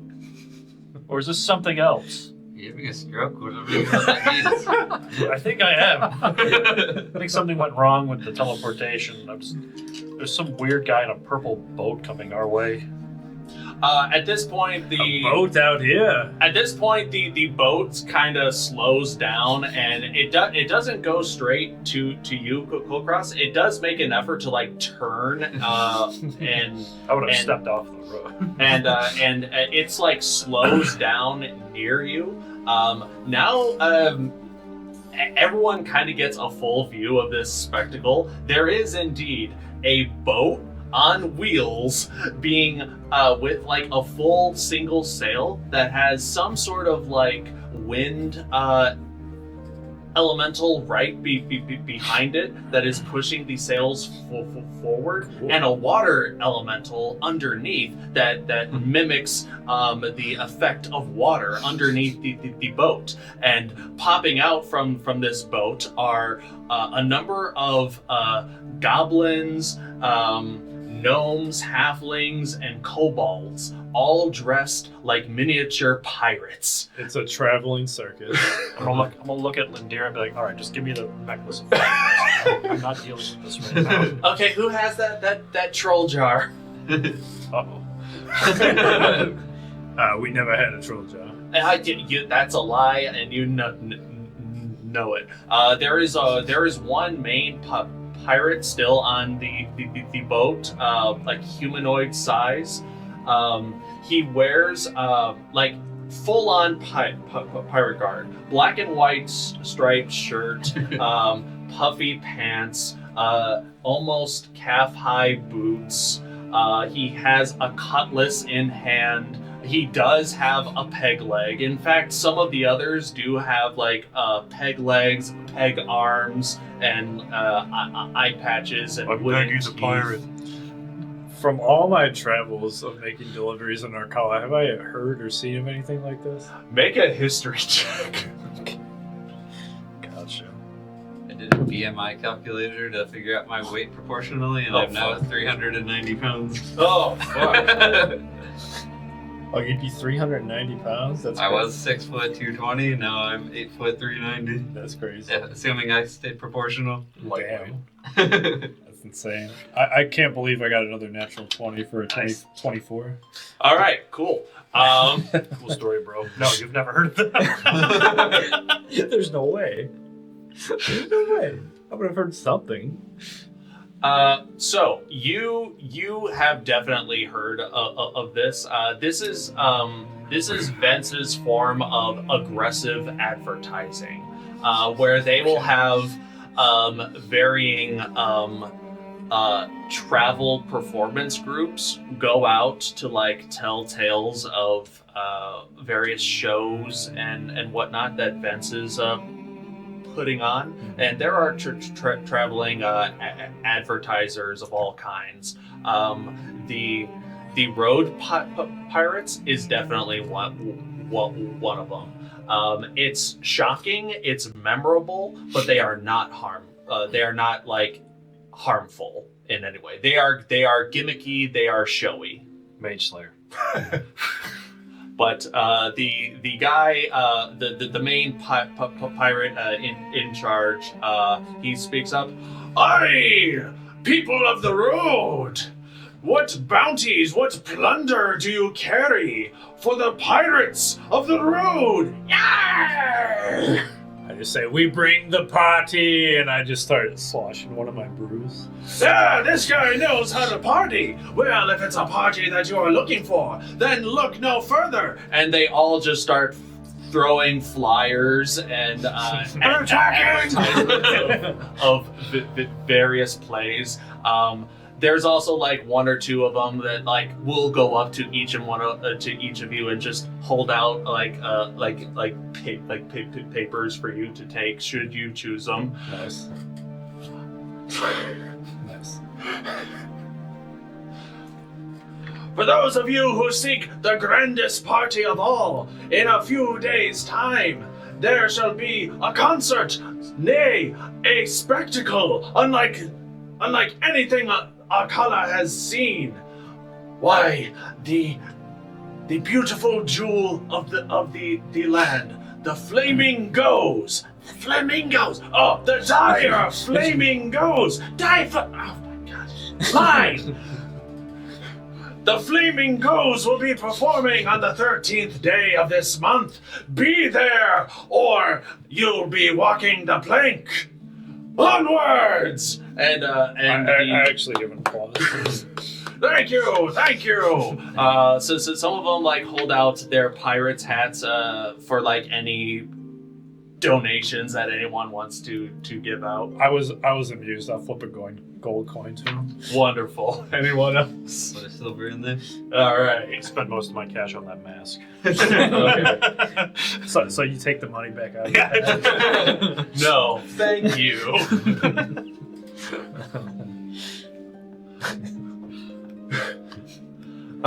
Bless ye salt, everyone. Have a good day. And the boat takes off with the rest of the pirates on board towards Vents. There is never a dull moment with you guys, is there? I don't think that one was us. No. That was definitely you. You cannot tell me that was not you guys. I'm too cheap to bribe them, little sis. That's just how weird the places are. Oh, you've never bribed people to put on a display before? Yeah, that would be kind of stupid, wouldn't it? I'm looking at Orlin. That's never happened. Sycophants for me. Yeah, that's the joke. Not that you know about. Uh-huh. He used to pay, I wonder why he was broke. back in the day, he used to pay, actually, no, I can't make it up. It never happened. I lost my train of thought. It fell apart. I'm sorry. Teleporting does that too. Yeah. I'm discombobulated. You'll get used to it, strangely enough. So that's Vents then, yeah? I hope so. That's it, yep, that's the place. Alright, well, let's hoof it. Over the next 5 hours, Vents becomes closer and closer into view as the sun slowly starts to move past noon, well into like the really early hours of the afternoon.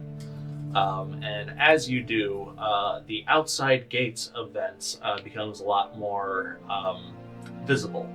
The city itself, like I said, it is surrounded by farmland on all sides. There are various like barn structures and field workers that are working even this late into the season. It looks like they are collecting the last bits of a bountiful harvest of the year. As you get closer, there is indeed some sort of massive stage being built on the western side of the city on the outside, and there appears to be a number of tents stationed just outside the parameters there. The walls of the city, at least the outer walls, are ridiculously colorful. And as you get closer, you kind of get a sense that the walls are moving, or at least the designs are. And as you get within, I don't know, maybe a 10-minute walk away from the main gate, you see that the walls, like massive high walls, and like 60 to 100 feet tall, they all depict various things. In one moment, you see a glorious red dragon just flying through the sky, but then that shifts and morphs into a great battle of warring armies. Mage Slayer. And then it shifts again to just like various moments of like triumphant, almost like the climax of a show. All of these moments are depicted on this wall, and they're always depicted differently each time. It's like this place will always tell a story no matter what.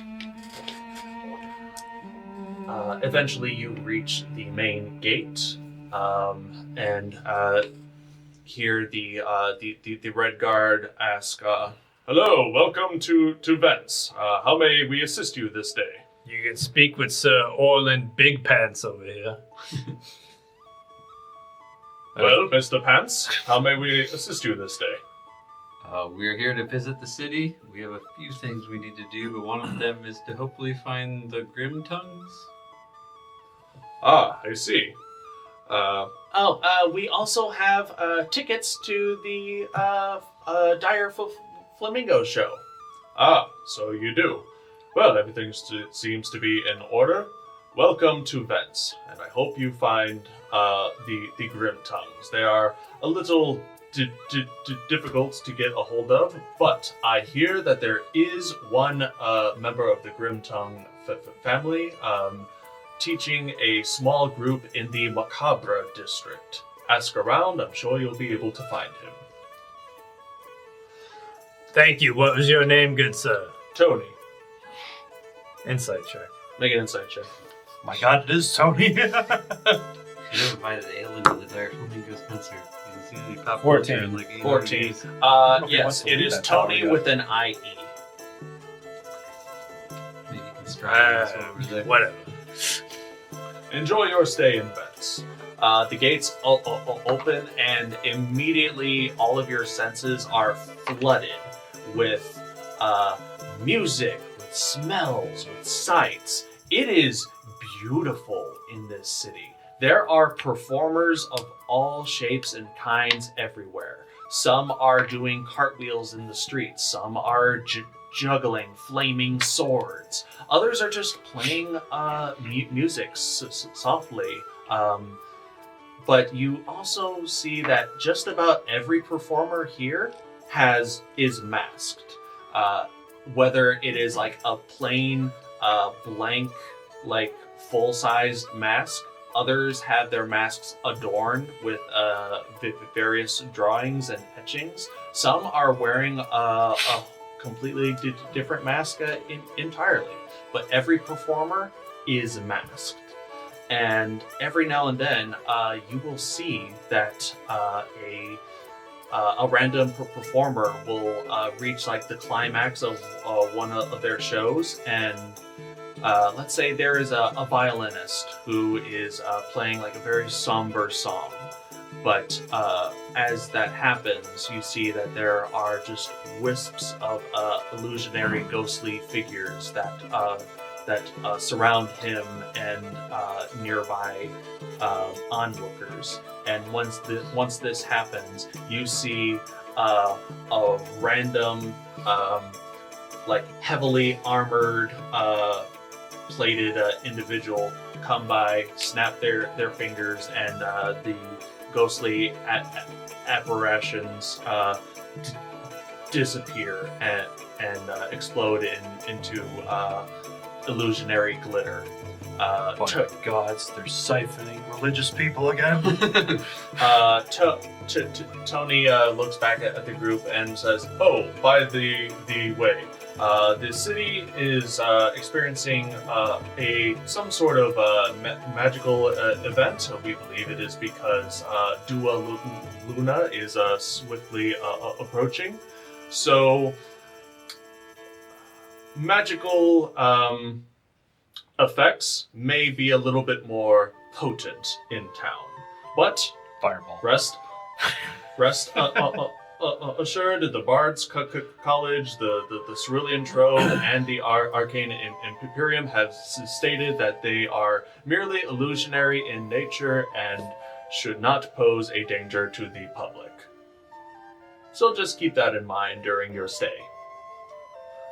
Speaking of stays, where's the nicest hotel in town, Tony? Oh, there are. I mean, it depends on what your flavor of nice is. Every district here will have various hotels to stay at. So pick your best bed, I suppose. Orlin's like, Tony, look at these guns. What do you think? If you are looking for a guide to show you around town, there are a number of performers here who act as guides as well. Wouldn't Eye of Orlin have probably been here before? At one point? I mean, it's not very far from there. My God, I would performers are going to sell us maps of the stars' homes. I would say One of those places. I would say Orlin has been here multiple times. Probably just like one-day visits with his family to be like, hey, we're going to see this play. It might be boring, whatever, but we're going as a family. Usually you guys would go to the drama district to see like some sort of dramatized Arcane event. Like a party show? Yeah. And Please. Do we have a mansion here? you do not have a McMansion. Damn, every time. Wait. Does Vaxxus have a mansion here? Actually, Strangely enough. no, that Vaxxus does not have a mansion here. That's when a random person comes up, excuse me, Kulkras, your mansion. Vaxxus, Everyone gets one somewhere. I will say, Vaxxus hasn't been within the city proper. He's always had to leave his, if he's ever had to have a business here, it would be conducted just outside of the city gates. Whenever he's had a business here?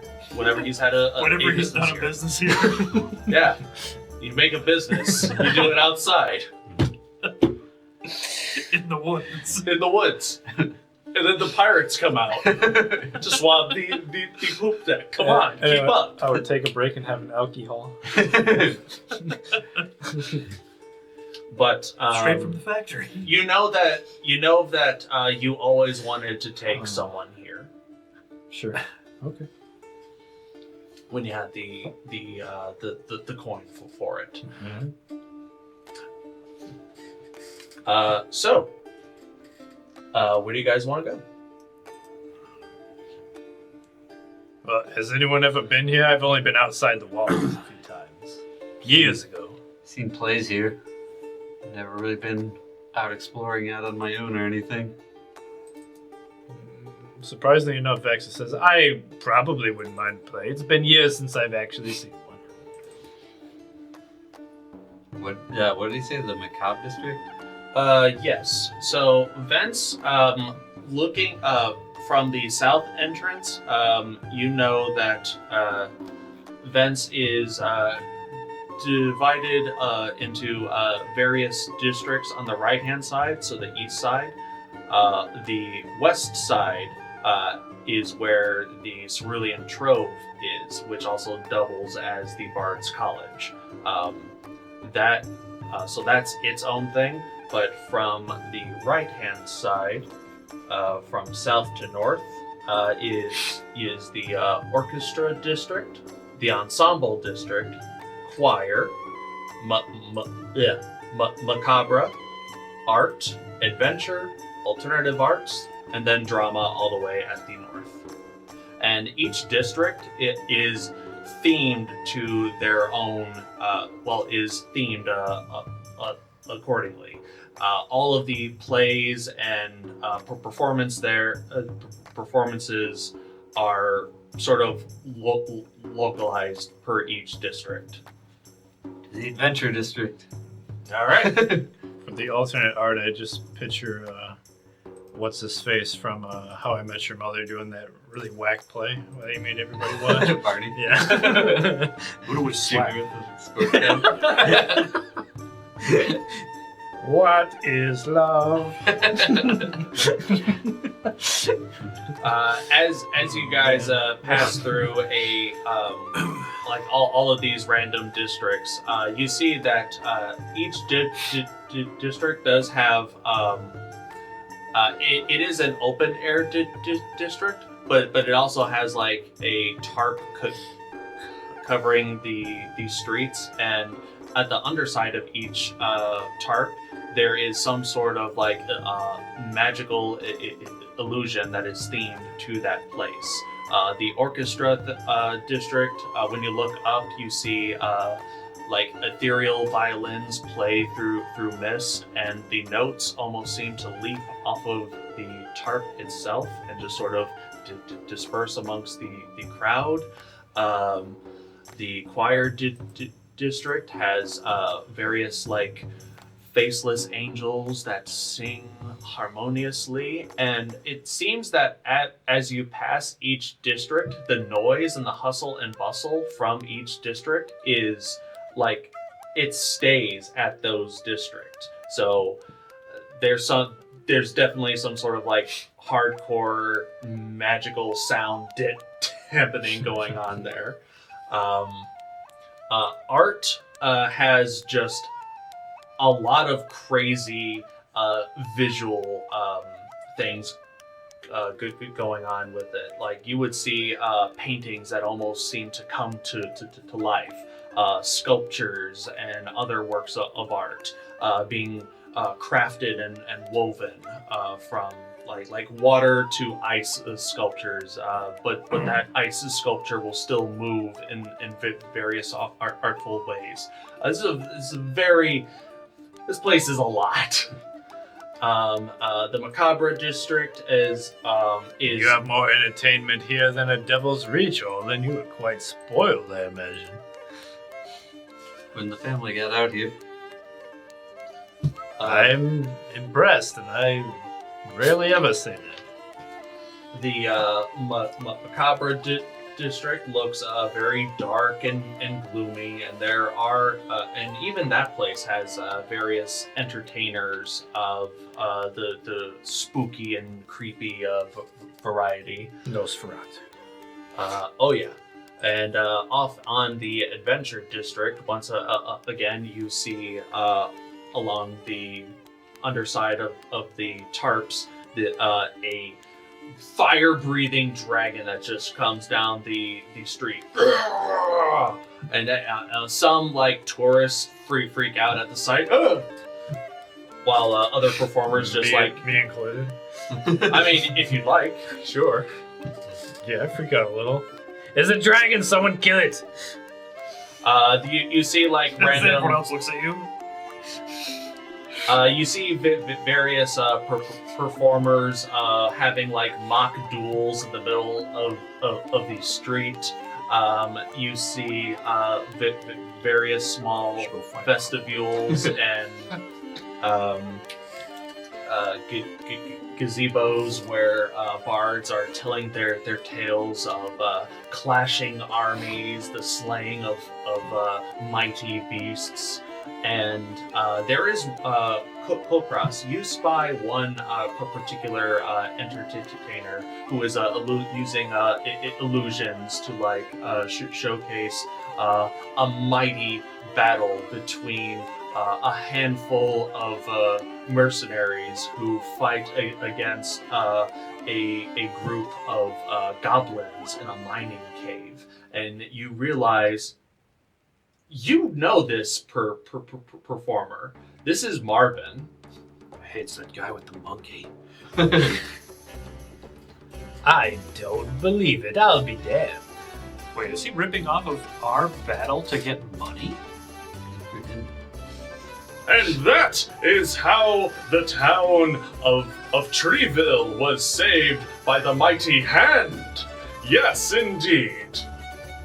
Thank you all so very much for the story. Thank you. Chip, if you don't mind, and his little monkey familiar with that wears a little red vest and a little top hat, comes down and is collecting alms from random passerby. I'm the only person. He doesn't make much. I'm the only person in the crowd that boos him. Do you throw an egg at him too?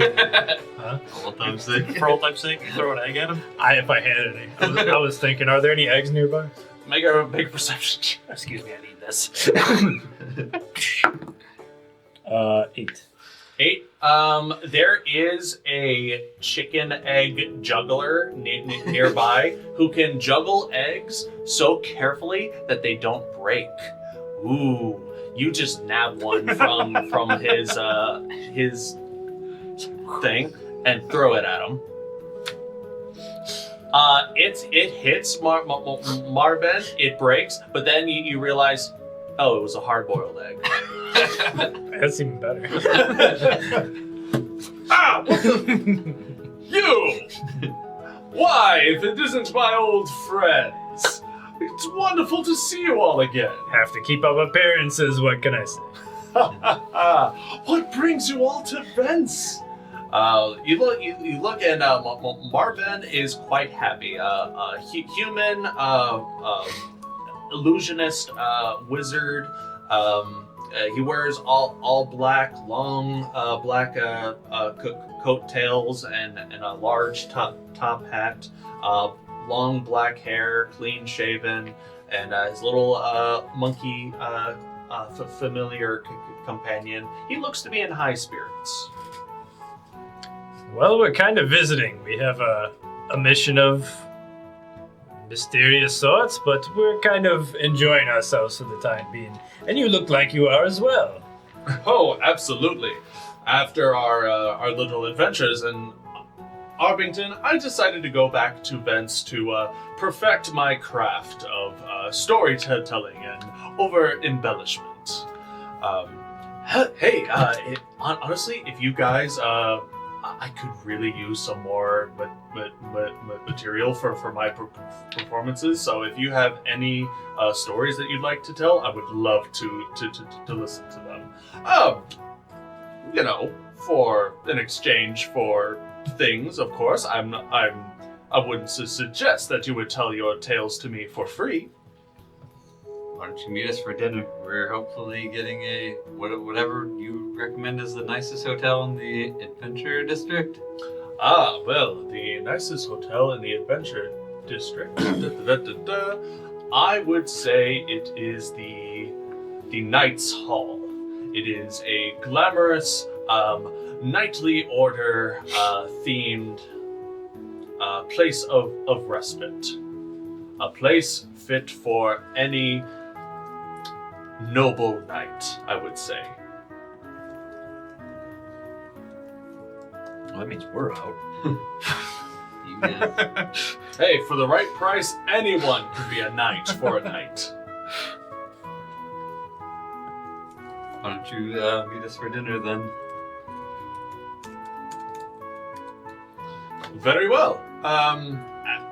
Actually, I just got done with a set here. We can go now if you'd like. Yeah, we're Oh, understood. Understood. I try not to laugh. He's kidding. We can go now. It's fine. What happened to your other companions? I'm sure they're off doing other important Nerd stuff. things. And nerd stuff, too, of course. Ah, of course. And who is this with you? I'm always delighted to meet a new face. I am Marben the Magnificent. I'm sure your companions have told you all about me. I have never heard of you. Ever. My name is Lindira. Ah. Pleasure to make your acquaintance. You know what's more impressive is that last time you saw Orlin, he did not look like this at all. And we didn't have Manticore with us.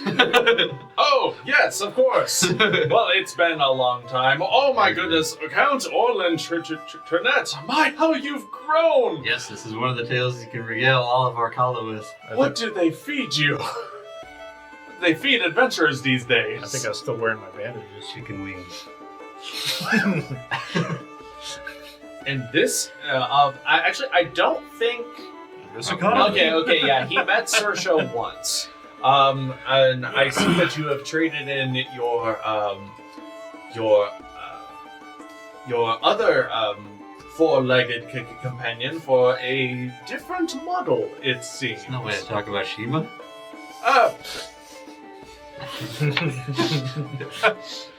I don't believe Shiima was on all fours, but this is this Saoirse? Am I getting that Yes. that right? Good memory. She's a manticore now. How did that happen? A lot of things have happened. I cannot wait to hear about this. To the halls of heroes. I know you're having your fun, Orlin, but it's getting late. We can mess with him more tomorrow. Are we having dinner or not? I think that's the plan. There's plenty of time. Marben takes you to this to this lovely-looking establishment. It looks like a faux castle. With and the guards are wearing like imitation plate mail armor. Does it look like a White Castle? It's like Excalibur in Las Vegas. Yeah. Oh man. It even smells like a White Castle. This? Oh, wait, no, that was Denny's. Oh. Welcome, fellow knights, to the halls of heroes, where everyone may eat their fill like a knightly lad should. Inside is just rows of it is like a very, very long banquet table. You pay extra to eat there.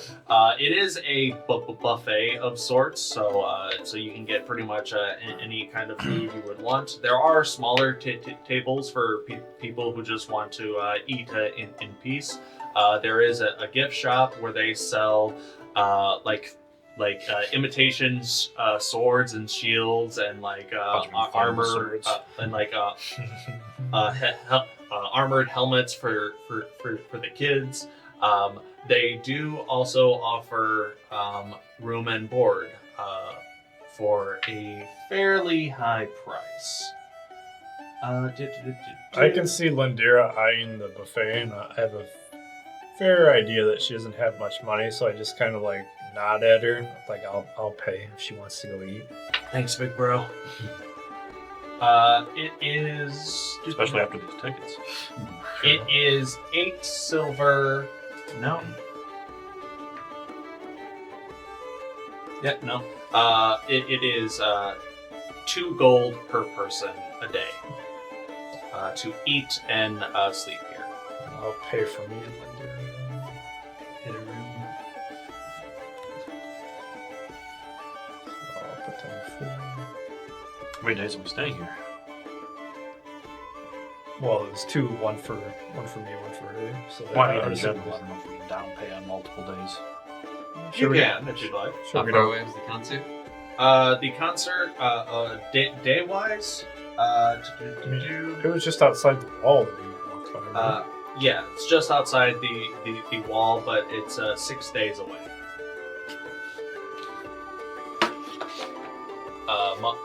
eventually you guys find yourselves at a table, and Marben speaks up.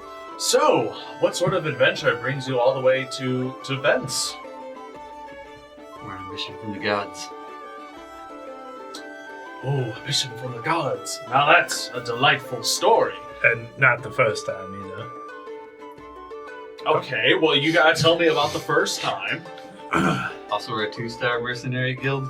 I don't think we were formerly a mercenary guild when you saw us before. Oh, you No, know, probably not. you know, I have been keeping track of the political so-ons of new mercenary guilds and whatnot, and I did happen to hear that there was a new group called the Fist. Now, whenever I tell my stories, I usually call you the hand for, to get around copyright infringements and whatnot. I hope you don't mind. I don't make much on my stories, to be fair, but. If that is the case, then you should know that Count Nathan Chudon is in town. Should we go beat his ass? One of our rivals for the Archduke spot. Is he a bigger douchebag than you, Orlin? Not a douchebag. So yes, he is. Well, see, it was. But he is smaller than me, so I don't know exactly what you mean by that. I don't know. He has a bigger head than you do. Yes, he's a huge head. I haven't seen him before. I've seen him. Already what's up, right? I think we discussed that before. Yeah, you've definitely seen him before. He is smaller than you. Before or after? I'm kidding, Orlin. I just like to poke fun at you. You're a great person. Recently, him and his troop have recently felled a number of creatures in a nearby forest in just west of here. Apparently, he did such a good job that the Terran Vox network rewarded him with the Voxbox interview. I believe they are finishing up. He has not been interviewed. That sounds terrible. We've done a lot of things. I mean, we're also constantly moving, unlike him. If they were good at their jobs, they'd find us. I don't want to talk to people. You guys can go talk to the people. Well, anyways, apparently he was also in town for some of the other mysteries that have been going on. I believe have you heard about the wild magics that have been occurring here in Vence? People falling asleep, and Tony told us something about some illusory spirits or something flying around. That sounds vaguely familiar. No, that was the spirits from the first district we passed. Well, He was saying magic is. Well, Up- here, up or down? I'll give you a. Well, here's the perfect time to showcase. Kulkras, tell me in the truest form, if you were to tell this story to impress someone, tell me about the last creature you have slain. Be pretty about it. I don't know. We took out that wyvern in like 6 seconds. Dire wyvern. Dire wyvern, It was huge. A huge dire wyvern. and most of us were flying, I think. Mm-hmm. Shut up. You make me want to puke, Kulkras. What did the wyvern look like? Describe it in as much detail as you can. I think it was red, wasn't it? I set a couple of scales down on the table to show the color. Ooh. Here, In your the best way, Oh my god! try to describe that as best you can. It had burgundy. It had a really long neck, almost like a snake. It looks like. Veiny. Long tail. We're definitely in camp. Body almost looks greenish. pretty lengthy creature.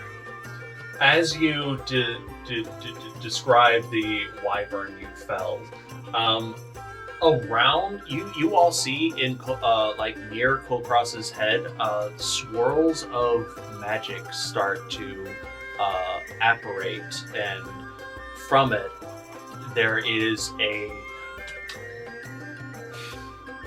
girthy, phallic version of the wyvern that you guys fought.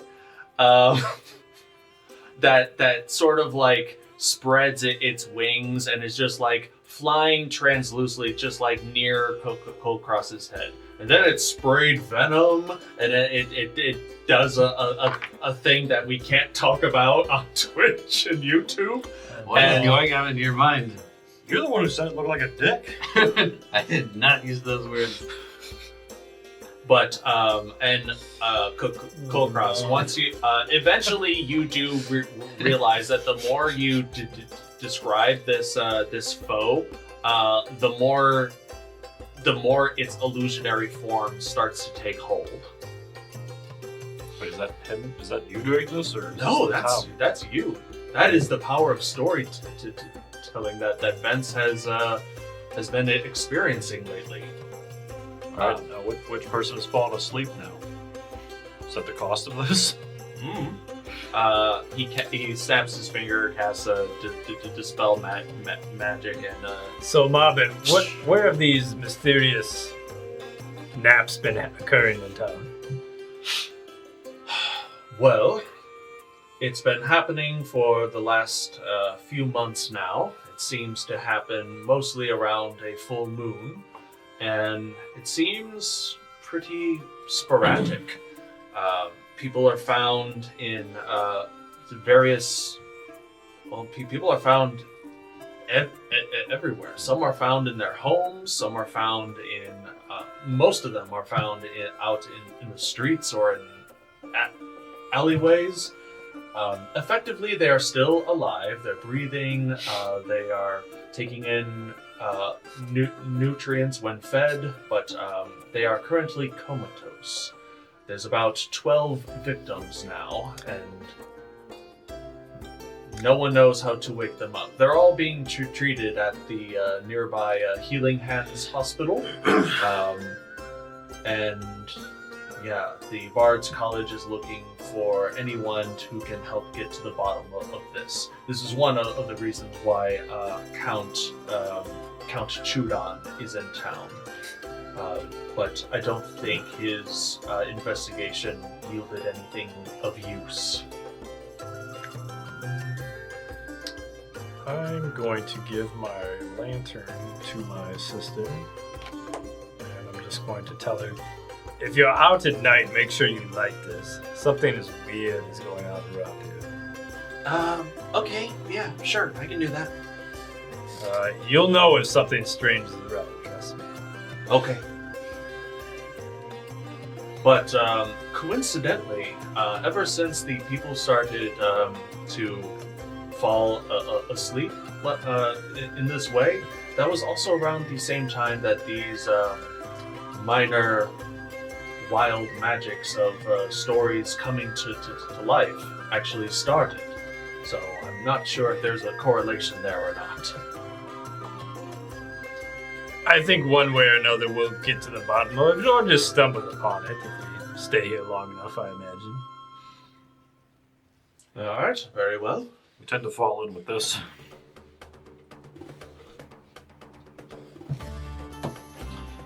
But yes, even though that's the all of the magical authorities of Vents seem to claim that these magical anomalies are harmless, they have increased the amount of arcane keepers in the city, and they are quick to dispel any of the accidental magic castings, just as a precaution. Some of the tourists are easily frightened and can cause a panic. And Yeah, they're just trying to do their best.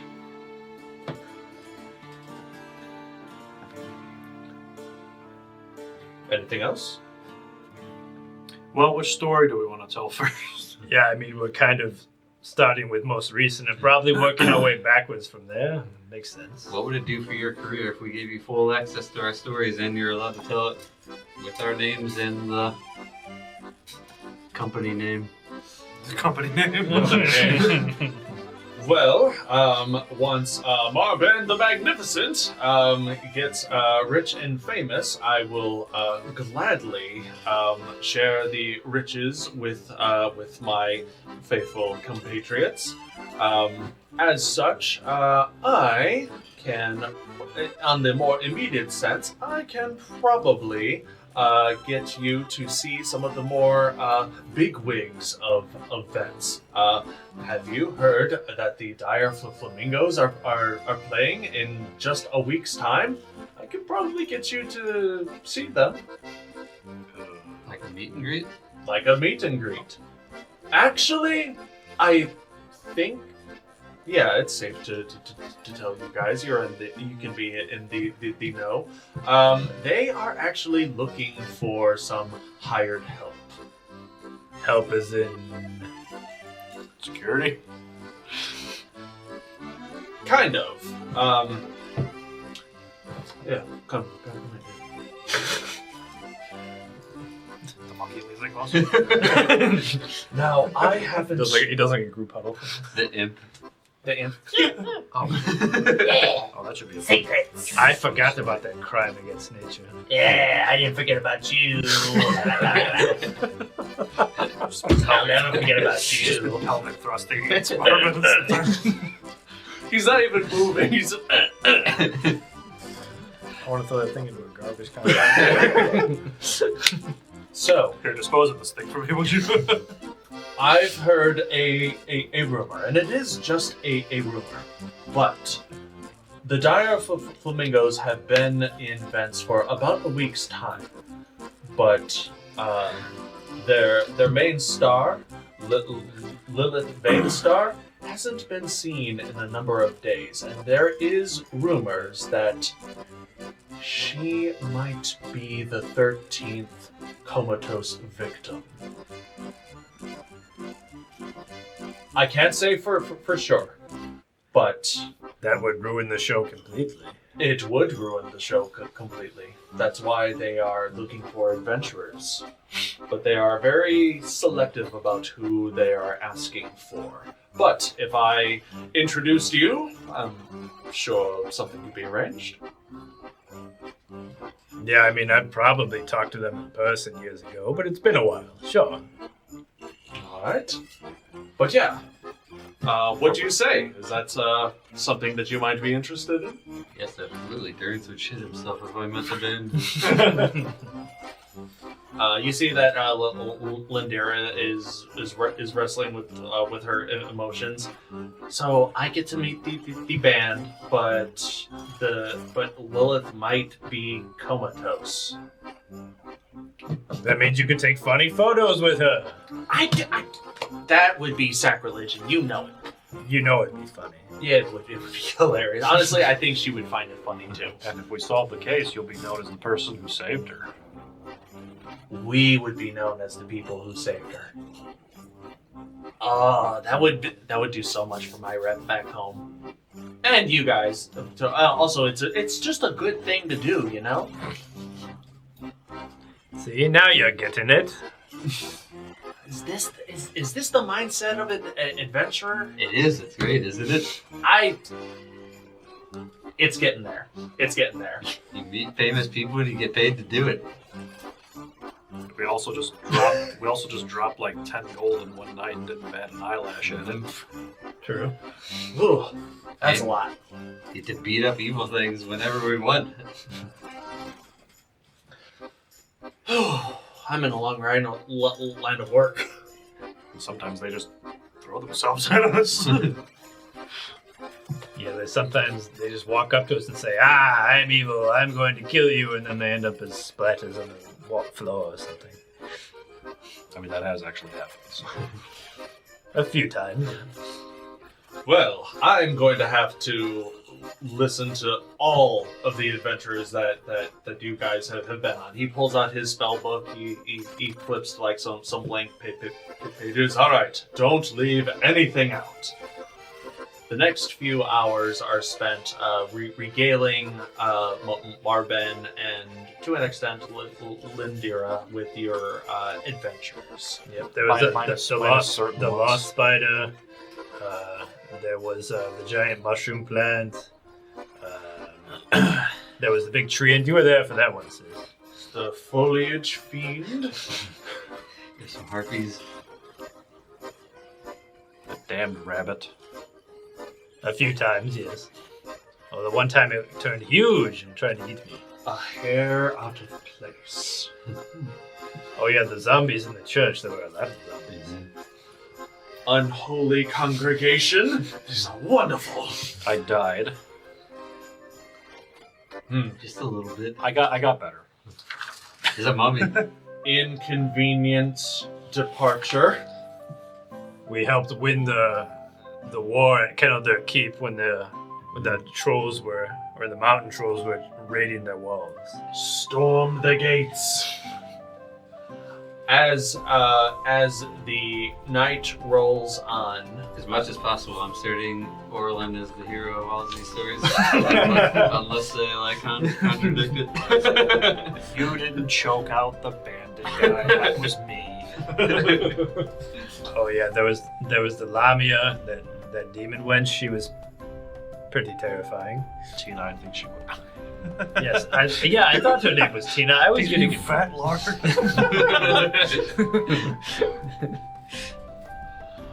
the terrible tales of Tina. I think we might have solved incursion. Yeah, I think we did something about that for sure. I think we kind of stopped the pipeline of incursion. Oh, funny that you mention incursion. One of the victims is a known incursion peddler. No, that sounds like you got what you deserved. Wait. Do they have a name? Yeah. And it wouldn't be a Tabaxi, would it? It is a Tabaxi. How did you know? That's not good. We might know him. Yeah. Something Orlo Ordin. Orion. I believe his name is Orion. I was waiting for Brian to say it because I couldn't think of it. So they're like, I don't fucking know. Where's Shiima? No. I was like, my memory, oh no. Marben doesn't know Orion, so he's gonna be. So that's how he's gonna be. No, it makes sense. I was just, they're like, no. Can't Probably remember. over my notes. You realize that, yeah. Was that before or after the notes about you battling naked? But yeah, this Orion Tabaxi person, he's been here for, he's been comatose for, I'd say about a month now. I wonder if Shiima knows.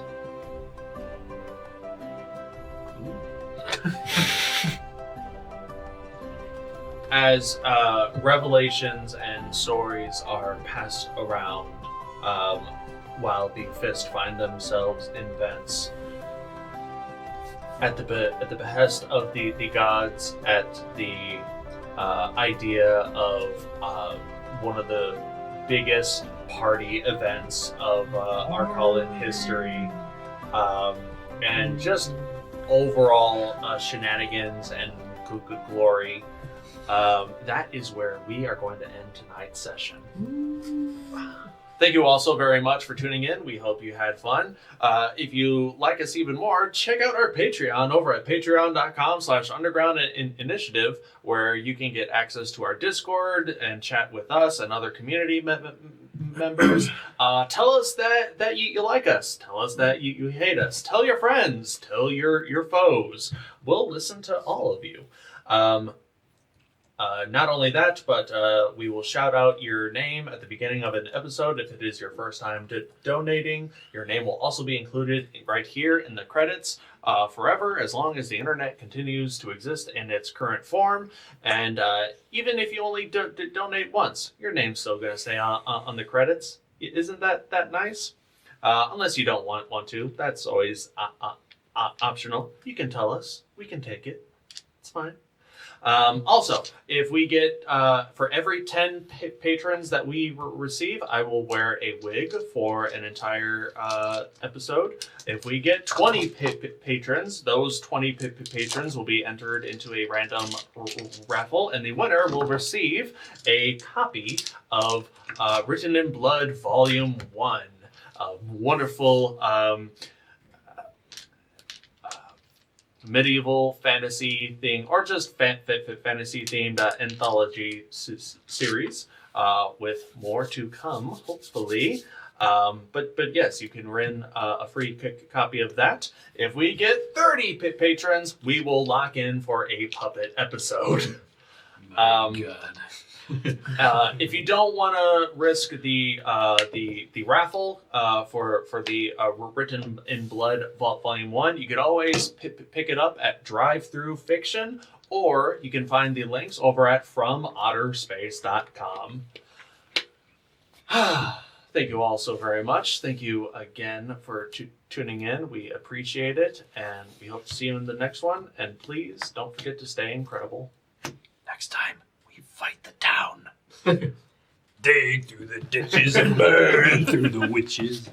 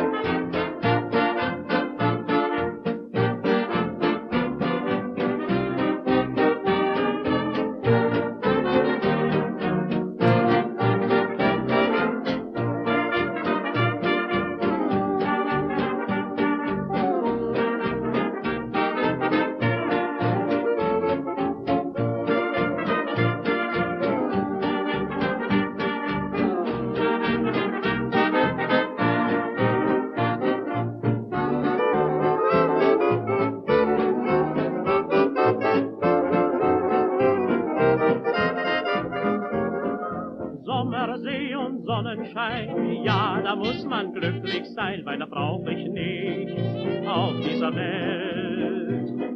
Früh am Morgen schon zum Strand, braun gebrannt im weißen Sand, ja, das ist die Zeit, die mir gefällt.